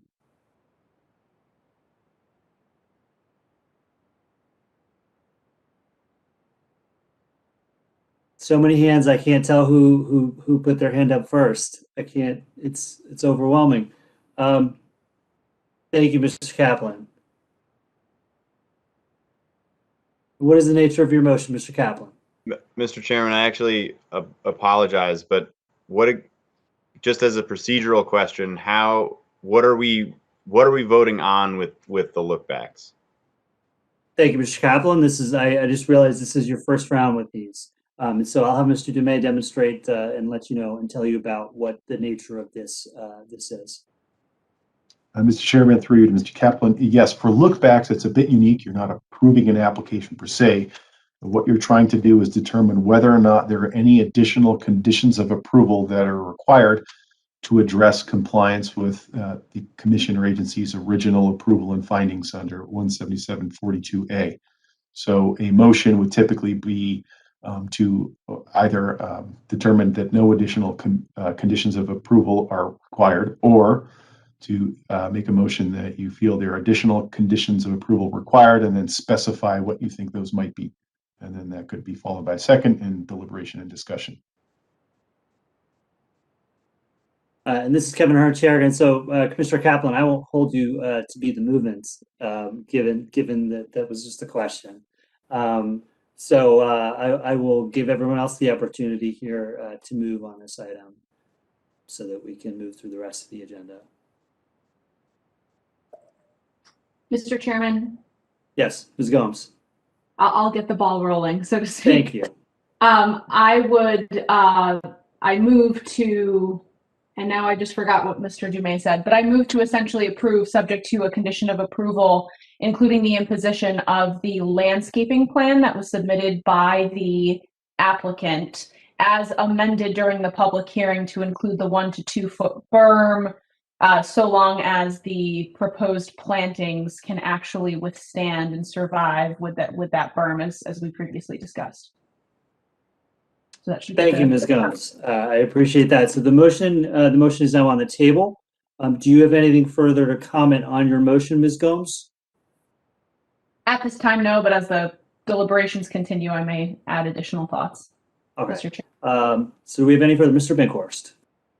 With the approval of the movement, I'd like to amend the conditions to include another look back period to make sure that the landscaping is in fact completed and operating as designed.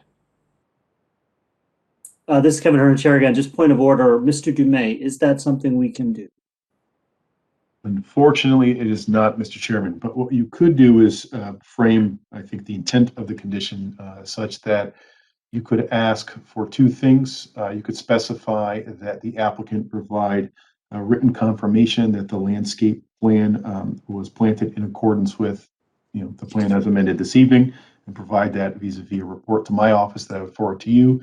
And you could also further require that any future removal or replacement of any of the required plans subject to this discussion need to be reviewed and approved by my office. If there is any replacement or removal, you could require any kind of additional notice you want to the neighbors, but our ability to conduct another hearing outside of this look back is essentially closed.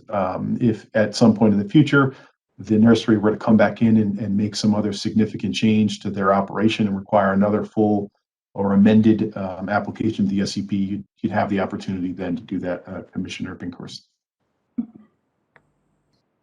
Thank you, Mr. Dumais. So if I understand it, then there would at least be, the way that you're describing it is sort of raising the level of scrutiny on this particular applicant, but it would not rise to the level of a commission review. Is that what you're saying? Mr. Chairman, that's essentially correct. We often do that on administrative approvals. If you were to approve this landscape plan, it's your decision. They'd have to adhere to it. So to ensure that that plan stays complied with, requiring that they certify that it was planted per the approved plan, and then just really specifying that since it's required, any future changes or substitutions need to be reviewed. That way it provides at least notice of the requirement and the intent of your decision to keep that in perpetuity. Thank you, Mr. Bankhorst. Thank you, Mr. Dumais. Mr. Bankhorst, did you have a follow-up? And I saw another hand up as well. I just didn't want to cut you off. Correct. I did have one additional comment regarding the stormwater retention pond, which again is, receiving plenty of sediment runoff into it. And I'm not sure it's acting as it was designed. Just as a commission, do we care about that? I know doesn't appear to be a previous condition, but is that something we would like to entertain, that they should look further at as to the operation and maintenance of the retention pond? I have no objections to it. This is Kevin Hart, Chair, again, substantively, but procedurally, I want to make sure that we be within our, on solid ground, as it were.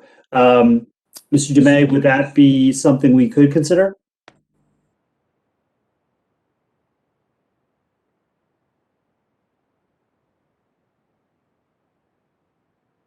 Sorry about that. Yes, Mr. Chairman, that is something you can consider when you conduct a look back through the special use hearing permit process.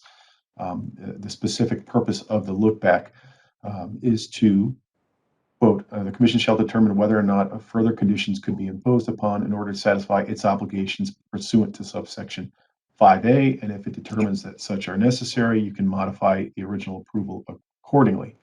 So when you're making your original finding as approving any special use permit, it needs to have a finding of consistency with all of the zoning regulations that permit it, and that would have included stormwater management at that time. So if it's certainly within the purview for the commission to consider a discussion on that element, since regardless of this application, the SUP would need to comply with stormwater management.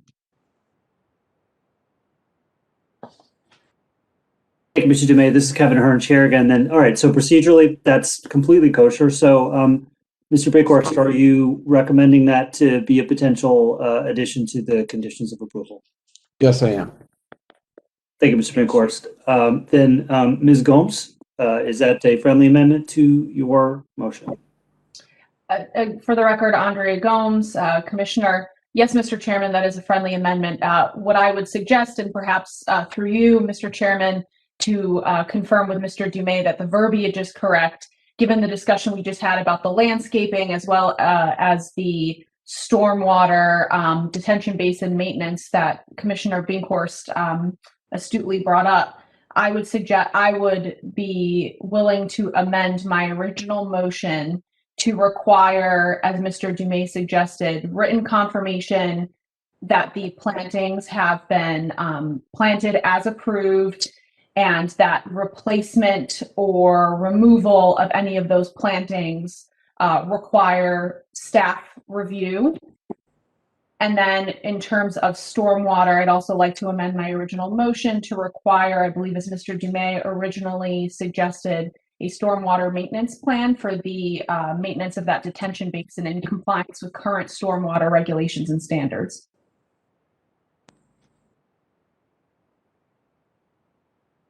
Thank you, Ms. Gomes. This is Kevin Hearn, Chair again. Mr. Dumais, did you get all that? I did, Mr. Chairman. Thank you, Mr. Dumais. Do we have any other comments? I saw a hand over, Mr. Presich. Excuse me, Commissioner. Mr. Chairman, through you to Commissioner Gomes, I'd like to, well, let me give a little bit of the thought here. So I came up with a grand idea to grow the trees, and instead people decided to pile the dirt. So my grand ideas are not good. But that said, so what I heard tonight was that there's a change in usage pre and post development as a result of the issuance of the SOP, and that being a traffic pattern facilitated by the pavement around one of the greenhouses there. You pave it to drive things on it, right? Store things on it, so on and so forth. It wasn't paved before; it was paved after. One would say it's fairly easy to assume that there is traffic there, right? There was also discussion tonight about was there traffic there before the renovation, if we could just call it like that, or the permitted activity. And there was debate about that, but it wasn't necessarily evidenced one way or the other. What I would like to attempt to somehow do is return or assure traffic to was I going to say, pre-construction conditions, SUP approved activities conditions. I'm not quite sure how we do that. Can we limit the time, the number of trips, etc., to a way that somehow mimics pre-construction? So, Ms. Gomes, what I'd like to propose to you is that do you have an idea how to do that? Does somebody, or perhaps what we can do is reroute this to Mr. Dumais, who perhaps might have an idea on the way that we could consider a condition for that. And I'll leave that very open-ended comment at that for now. Thank you. Thank you, Mr. Prestage. This is Kevin Hearn, Chair again. Mr. Dumais, any ideas? Give me a moment to think. One option, particularly since we did pull up the aerial imagery and discuss it in detail, and the applicant did provide a decent amount of testimony during the hearing. It was clear that in the past, given the aerial imagery and the applicant's commentary, that there was storage of various product out in that area. But at least it sounds like some change occurred around delivery and staging of deliveries to customers. That was one area he did note that there was a change. So figuring out a way, and it looks like perhaps Commissioner Gomes has thought of a way to, potentially add a condition here, kind of revert the use of that area to limit it to only storage and exclude vehicle access or delivery of goods directly to customers. That's something off the top of my head. I can give it a little bit more thought. Give Commissioner Gomes a chance to bail me out here. Hold on one second, Mr. Dumais. We're gonna buy a little more time from Commissioner Gomes because I see Mr. Bighorst and Mr. Kaplan may have something on point. Starting with Mr. Bighorst. So I do raise the concern that if it is not a drive-around facility, that you do raise the specter of backup beeping, which I think would be more significant than having an occasional truck go through there. And if we impose such a condition, I think we could be shooting ourselves in the foot, so to speak. Thank you, Mr. Bighorst. Mr. Kaplan. Mr. Kaplan, or Josh Kaplan, through you, Mr. Chairman, I guess I was going to echo Mr. Binkhorst's comment about increasing backup noises and that actually being worse than the traffic. But maybe we can split the difference here.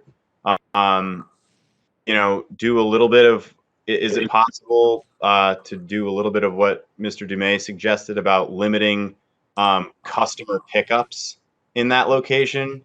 Customer vehicles being passenger cars that wouldn't have backup alarms, and still allow them, to use their trucks to load and unload material for their business. They're clearly storing stuff back there in the past. Mr. Domak also pointed out that maybe some of you missed this, but I believe he pointed out that they had been driving along that access drive before it was paved, and there were tire ruts. Paving probably increased traffic, but it probably also stopped them from having some erosion issues back there that might have been a problem through time. So maybe, is there a way we can sort of strike a balance with those two things? Thank you, Mr. Kaplan. This is Kevin Hearn here again. Given that this is a puzzle that this is something that would be up to Todd and Brian's office to implement and, more importantly, enforce. And I'm always concerned about when we put too many eggs into the enforcement basket. That said, that's we work with what we've got. Mr. Dumais, do you have any? What do you think of that as a potential option? Does that sound like something you could realistically monitor and enforce?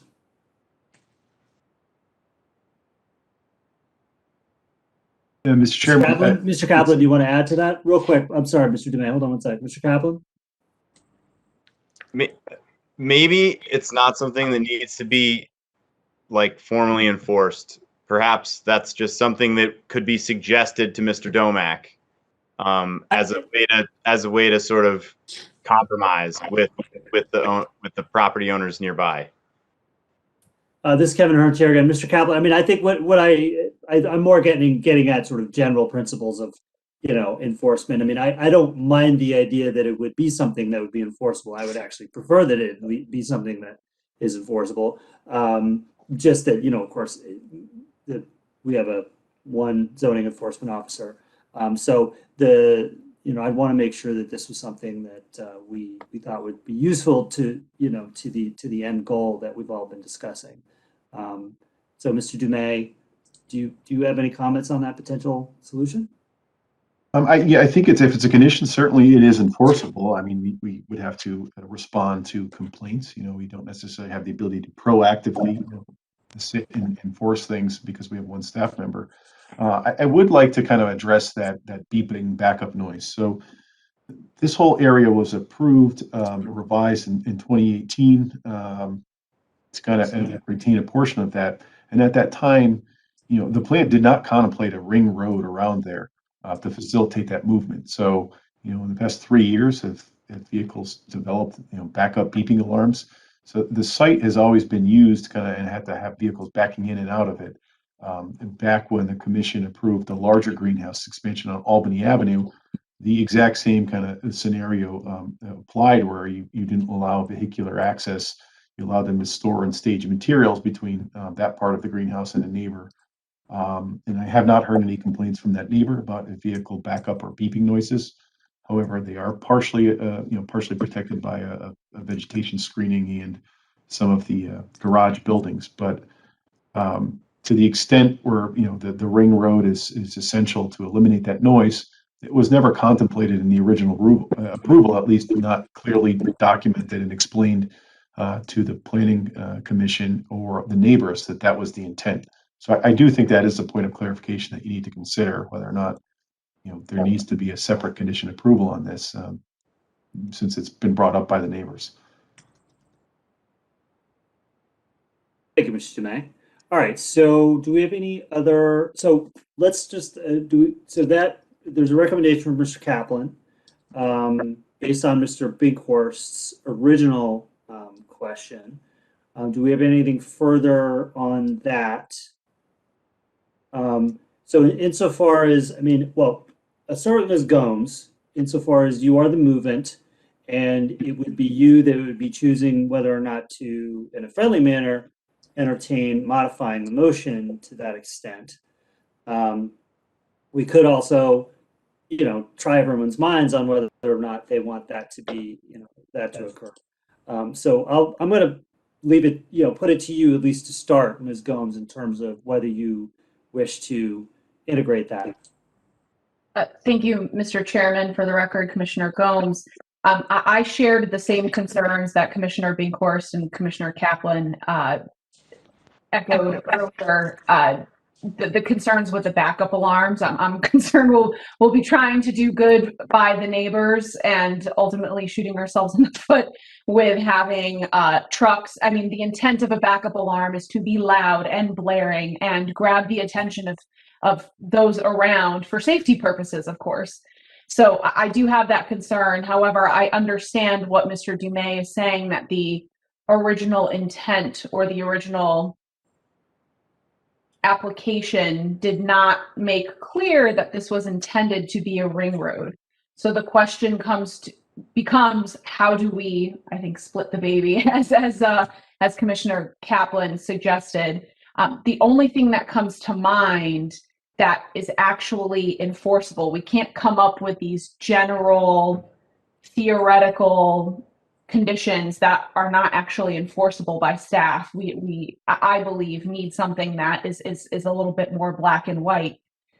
The only thing that comes to mind is some type of hours of operation limitation on vehicle pass through on the eastern side of that storage building. So allowed for storage, and this is just, I'm almost thinking out loud because it is a difficult gap to bridge. But the only thing that comes to mind, and perhaps we'll flip it back to Mr. Dumais through you, Mr. Chairman, for his thoughts.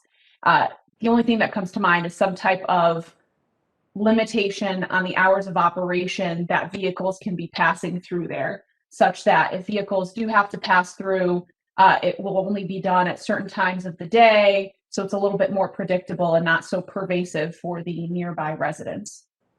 Perhaps, Thank you, Ms. Combs. Chairman.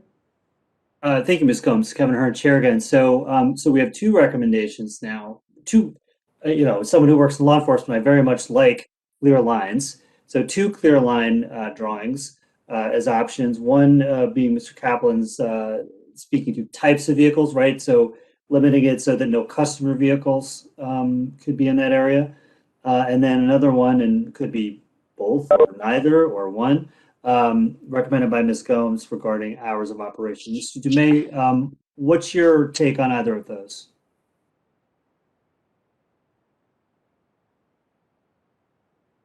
Insofar as it addresses the concerns. I do like the approach that Commissioner Gomes just specified. If the concern is the activity, it's certainly more clear and enforceable to create some new hours of operation limitation to kind of mitigate that, right? So if there's sensitive times, early morning, late evening, that's a good way to approach it. Certainly harder, easier to enforce that than a kind of no customer pickup like I suggested. That's very difficult to enforce. You could certainly impose that no parking or storage of vehicles in those areas. That would help mitigate kind of the use of that area. That's also somewhat enforceable. Another thing that came to mind, you kind of deal with the vehicle traffic issues. So if they're not storing vehicles or parking vehicles back there, that cuts down on the number of trips. And then if you impose some sort of hours of operation limitation, that could address the neighbors' concerns as well. You're muted, Mr. Sorry, this is Kevin Hearn, Chair again. Thank you, Mr. Dumais. Okay, that's good feedback. All right, I will quickly go. So I'll go back to Ms. Gomes then, insofar as actually sort of between the two of you, Mr. Dumais, in terms of what is the best way for the commission to potentially adopt something like this to give your office the most flexibility to work out a solution that's good for the neighbors and for the applicant?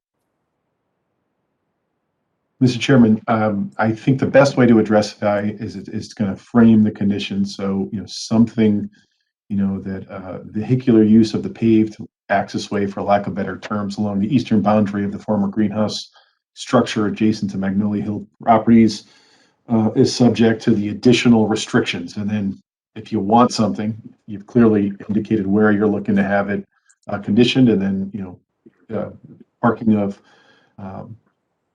vehicles is prohibited in that area, and or use of that area for nursery greenhouse operations is restricted to, and then specify the hours, whatever you think those would be appropriate. So that was just, sorry, quick follow-up, because that was a question I had, is do we set the hours here right now, or is that something that we can leave open for you to work? Because I don't know what the right hours would be necessarily. The cleanest way to do it, Mr. Chairman, is for you as a commission to do that. All right, so Mr. Bankhorst, you had your hand up. Sorry, I've dominated a lot here. I personally have some concerns about limiting the hours. If you don't, if you do it, for instance, during business hours, what happens to all the early morning deliveries where now trucks are coming in and backing up and beeping? So it sort of does not solve the problem, in my opinion. Thank you. Thank you, Mr. Bankhorst. Mr. Preston. Kevin Prestige, Commissioner. Mr. Chairman, two thoughts. One, residential underlying zone in a residential area. Do we have sound ordinances that we can consider mimicking? And then two, I believe we've run into this in the past. Man, my memory is going to fail me, but Todd's won't. The fact of the matter is that have Mr. Dumais confirm this, please. If we come up with a condition, the applicant can apply subsequently to change the conditions later on. So I'm not saying let's go in strong and with strict conditions. I just want to make sure that we're all aware that they can change through a subsequent application. And again, please have Mr. Dumay confirm that I'm correct on that assumption. Thank you. This is Kevin Hart, Chair. Mr. Dumay? Mr. Chairman, through you to Commissioner Prestidge, yes, the applicant could appeal. They could actually just appeal any imposition of a condition if they so chose to Superior Court, or they could, at a subsequent future date, make an application to amend the plan and any other conditions of approval. To his first point, yes, we do have a noise ordinance, Chapter 123. That noise ordinances are enforced by the West Hartford Bloomfield Health District. I would need a little bit of time to see what activities are exempt. It's possible some of the activities, such as backup safety alarms, are exempt from the noise ordinance. I need to read through it more carefully. And it's also possible that uses approved vis-a-vis zoning in instances like this might also be exempt from certain standards to impact on the adjacent residential. I'd need a little bit of time to go through that ordinance to tell you what would apply or what wouldn't apply. Generally speaking, the noise ordinance does apply classification systems between the districts between commercial, industrial, and residential. And the lowest level noise standards are generally in residential, and it's emitter to receiver. So if there was a commercial activity such as this at the greenhouse, they would have to apply with both a daytime and a nighttime noise standard. But I would need a little bit of time to go through that ordinance and tell you what would apply and what might not apply. Thank you, Mr. Dumay. Mr. Prestidge. Kevin Prestidge, Commissioner again. One more question, Mr. Chairman, through you to Mr. Dumay. Mr. Dumay, do you happen to know if there's any time restrictions for that residential noise ordinance, excluding the exemptions? I understand you're saying there are some exemptions to that, but generally speaking, do you know what the noise ordinance might apply to in a residential area, like time of day?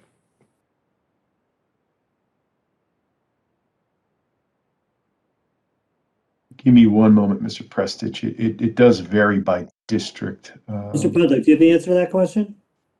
I have the answer. It's 7 a.m. to 1 hour after sundown. Thank you, Mr. Pudlick. I appreciate that. All right, so we need to circle around and kind of, because we're almost there with this, in terms of, I think we've got most of the conditions of going forward sewed up, but the one I think we're the least sure of as a group is whether or not, and to what extent, and in what form we could impose conditions to limit traffic in that particular area. I think there's at least from what I could tell, we're all kind of feeling like there's some sympathy with the neighbors in terms of trying to reduce the noise there, but the solutions are not necessarily coming to us fast and furious insofar as we can impose a actual condition on that. I do have a question for Mr. Dumay. In terms of your line of questioning seemed to imply perhaps that the original conditions did not necessarily contemplate the activity that's occurring currently. Am I correct in where you were going with that? That's correct, Mr. Chairman. Which would imply then we don't necessarily need to impose any conditions since they're not potentially complying with what was already approved anyway. Or have I taken that too far? Insofar as, I guess my question is, do you have the tools that you need right now to come up with a solution administratively based on, I got the implication from your questioning that perhaps we don't need to add anything else because they're already potentially not within the authority already granted them. No, I was suggesting that to address the issue, because it was unclear based on the record and the prior testimony, it would be cleanest if there was a concern of the commission that was raised by the neighbors to impose a new condition to address it, if that was what the majority of the commission members were interested in doing. Okay. So then I think Ms. Gomes. Just through you, Mr. Chairman, for the record, I'm getting some feedback. Is everyone else getting feedback?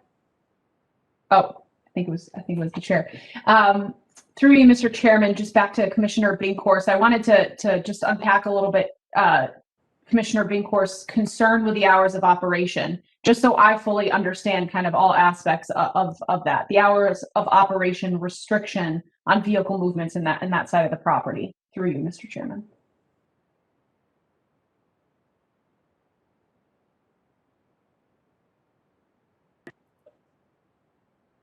Mr. Dumais.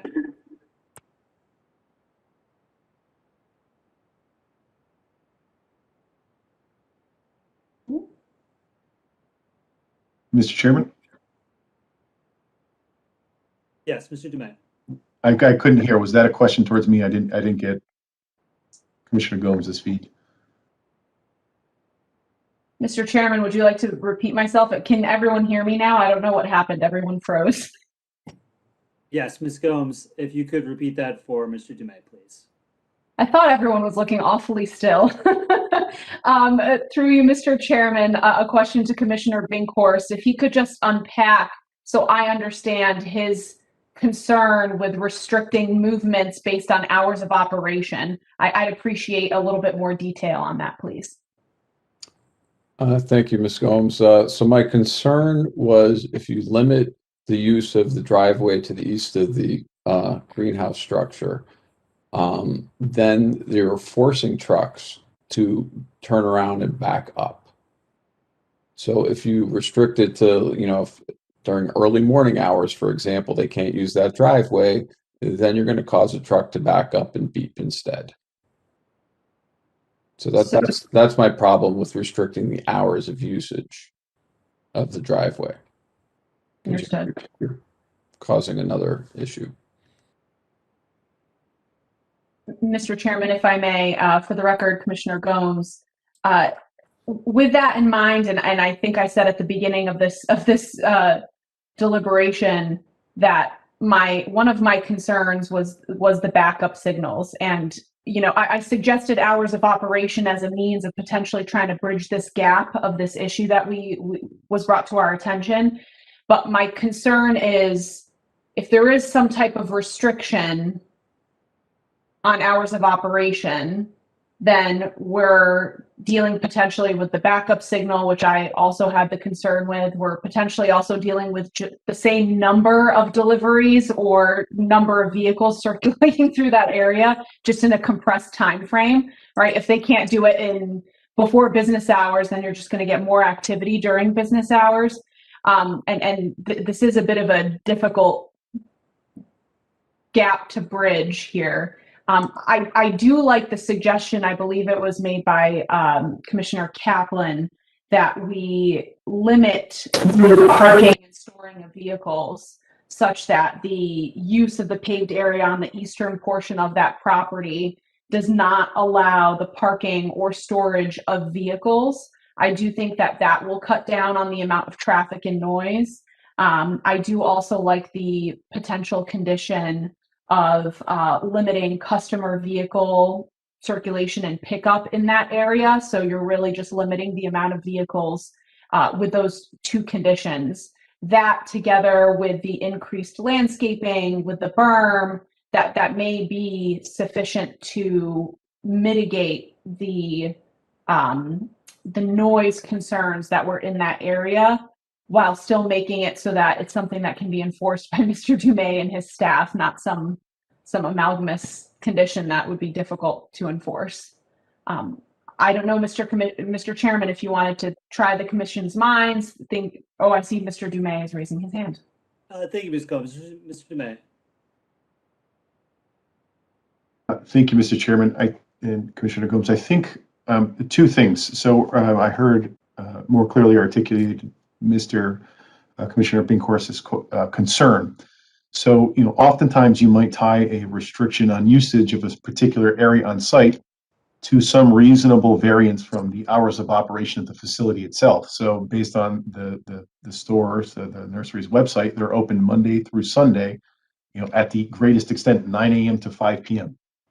So if you impose a condition, based on, hours of operation, 7 a.m., that ties in fairly nicely with our noise ordinance. And I just wanted to kind of clarify for the record, the way that the noise ordinance works from district boundaries. So there's a daytime and a nighttime, and it's actually 7 a.m. to 10 p.m. That's how night and day are defined. The reference that Mr. Pudlick provided was only for construction activities. It's different for activities resulting in an operation of a site. And I was able to confirm and read while we were discussing, backup alarms required by OSHA or other federal safety regulations are specifically excluded from our noise ordinance anyway. So imposing a general restriction on the hours of operation that area could be used would be a more effective tool than trying to tie it to the noise ordinance, because the noise ordinance allows these kind of sounds to exist once you allow the use to exist. So if that is a concern, some reasonable restriction tied to the hours of operation of the actual nursery seem to be a reasonable way to enforce this standard without kind of imposing a burden on the operations of the nursery itself. Thank you, Mr. DeMay. This is Kevin Hearn, Chair again. So, Mr. DeMay, what would you be recommending then for the hourly restriction on the use? Specifically, a reasonable hour tied to the opening and or closing. 9 a.m. I don't know how early. Unfortunately, they're not here. 7 a.m. is certainly consistent with the noise ordinance. So the date, that's the separation between daytime and nighttime standard. So if you go before 7 a.m. under the noise ordinance, then you fall into the nighttime standard, which is a lower noise level. That's at least one way to approach it. 7 a.m. to they could go till sundown, because we're not going to ever get past 10 p.m. under the noise ordinance standards here. So some version of that, but at least that way it's tied to their hours, plus or minus a few hours on either end. Thank you, Mr. DeMay. Ms. Gomes, as the movement. Mr. Chairman, just to confirm, this would be restricting the ability of vehicles to utilize the eastern side of that paved portion of the property to an hour or two before opening and an hour or two after closing. So that ultimately we're limiting the use of that side. Is that correct through you, Mr. Chairman?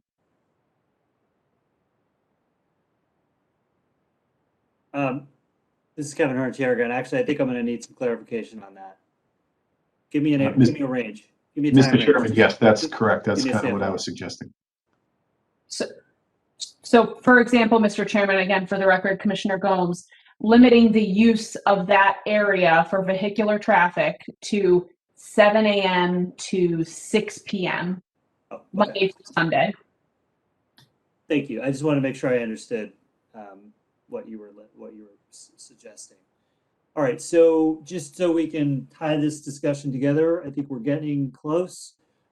Ms. Gomes, could you walk through again what the nature of your motion is now after all this discussion, and so that we as a commission can consider whether we think we've got everything in there? I will do my best, Mr. Chairman. I'll never volunteer to make a motion ever again. I will never move again.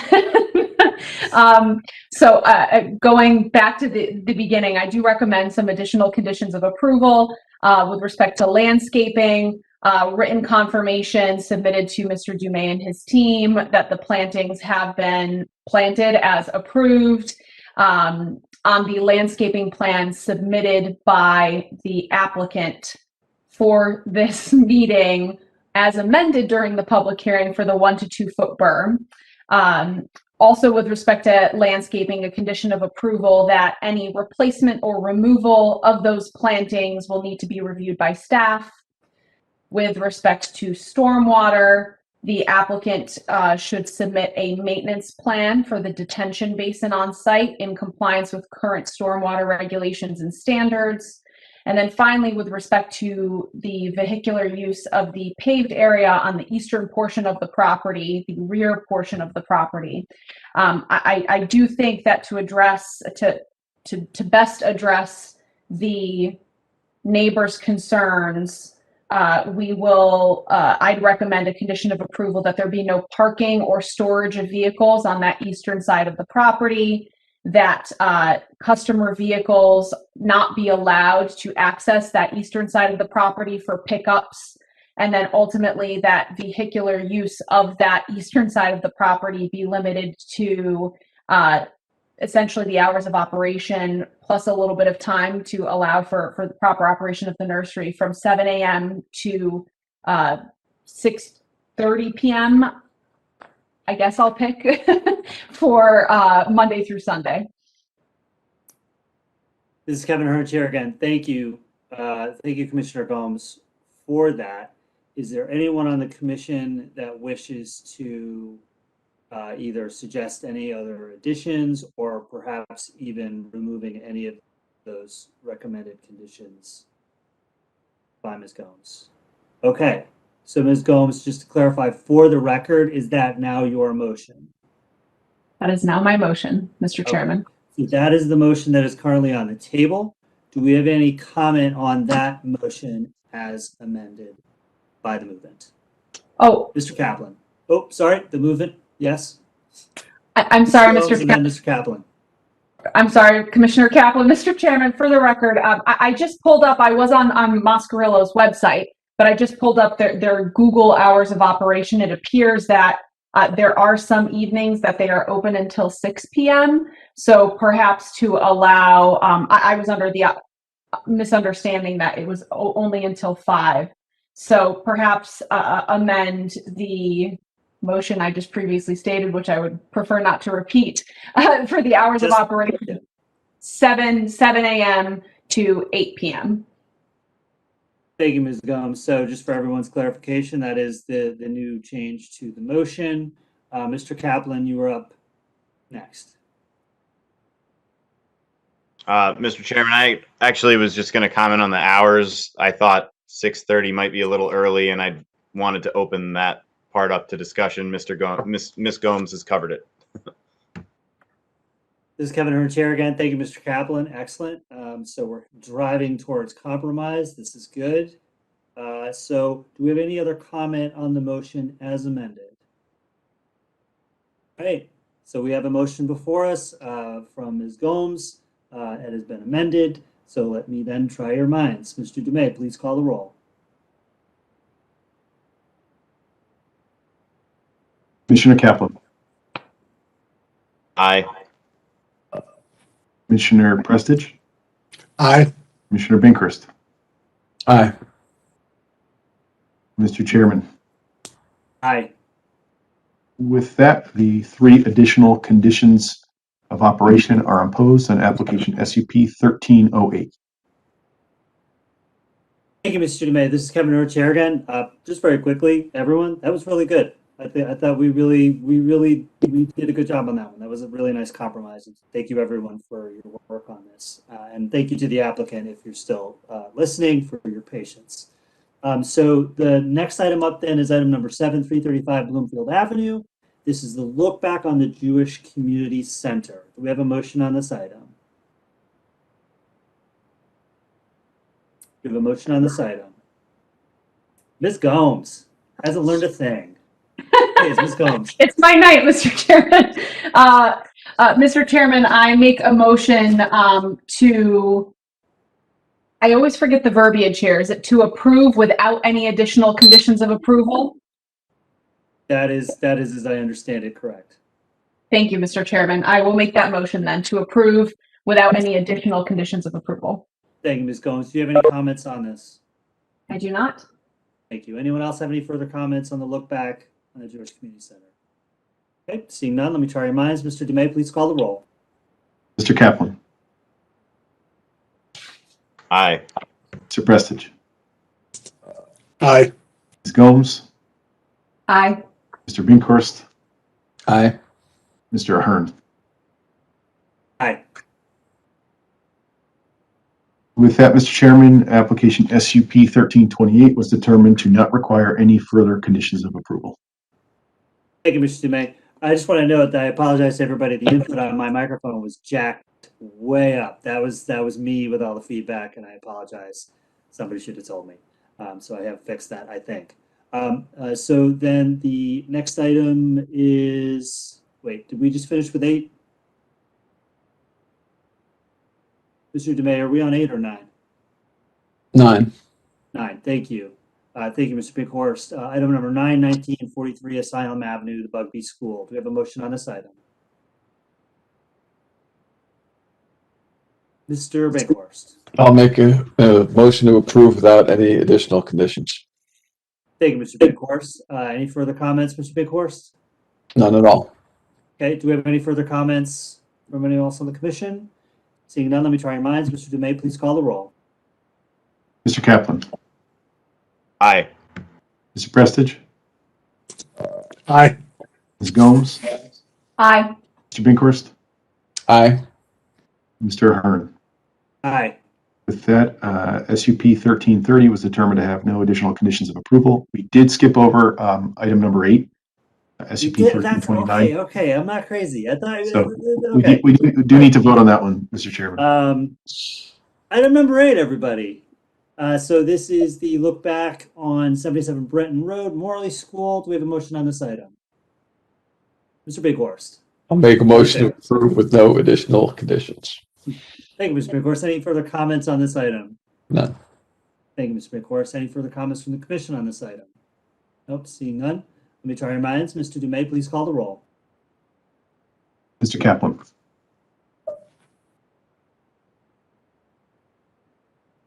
Looks like we lost Mr. Kaplan on this one, so we will work with what we've got. Mr. Prestige. Aye. Ms. Gomes. Aye. Mr. Binkhorst. Aye. Mr. Ahern. Aye. With that, Mr. Chairman, by a vote of 4-0, application 1329 was determined to have no additional conditions of approval. Thank you, Mr. Dumais. Mr. Kaplan, we skipped you on the vote on item number 8. Yeah, I know. It was a big loss.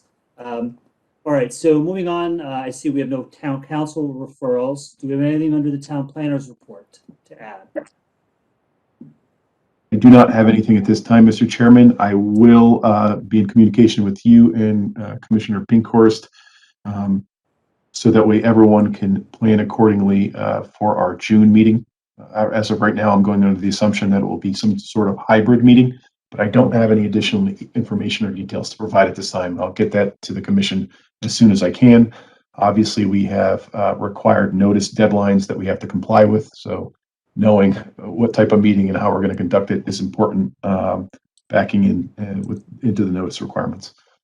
Thank you, Mr. Dumais. Just for this is Kevin Ahern, chair again for the commission.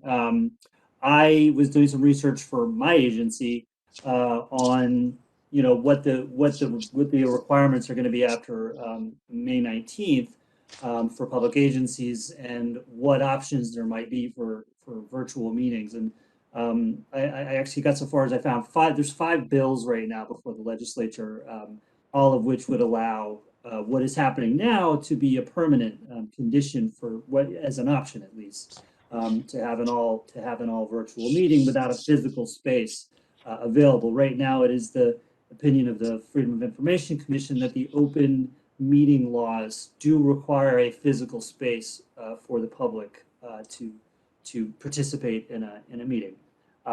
One of those bills is actually the governor's bill, and probably has a reasonably good chance of passing. 2 things to note. One, because there are 5 bills, they've all made it through committee. The talk is, and I spoke with the chairman of the Freedom of Information, or the executive director of the Freedom of Information Commission, that the governor's executive order might be extended. However, right now it is not extended. And so we should all operate under the assumption that we will be physically, or at least partially physically, in the space as of June. Personally, I don't know how I feel about that, but you know, we don't have all the information, so there's no reason to kind of go any further than that with it. One other item just to note about the governor's bill is that it would require all public meetings to have a electronic option for the public to be able to access the meeting. And I had suggested to Todd, just, you know, in a conversation with him, that I think it's been really nice for us to be much more available for the public to see how we go through our business and how we conduct it. And you know, you only needed to see that when we had a town council referral that we considered, and there were people on both sides of the town council debate actually quoting us verbatim, you know, for their arguments. So I thought that was useful, and it was just really nice for the public to be able to sort of click on us whenever they want to. Anyway, that's it for me. That was the information, and I'm asking Todd to try to figure it out as quickly as possible so we know what we're doing next month. That's it. So with that, entertain a motion to adjourn. Mr. Bighorse is moving to adjourn. Try your minds. Mr. DeMay, please call the roll. Commissioner Kaplan. Aye. Commissioner Prestich. Aye. Commissioner Gomes. Aye. Commissioner Binkhorst. Aye. Commissioner Ahern. Aye. With that, the meeting is adjourned. Thanks, everybody. Thank you. Good night, everybody. Thanks, everyone. Good night.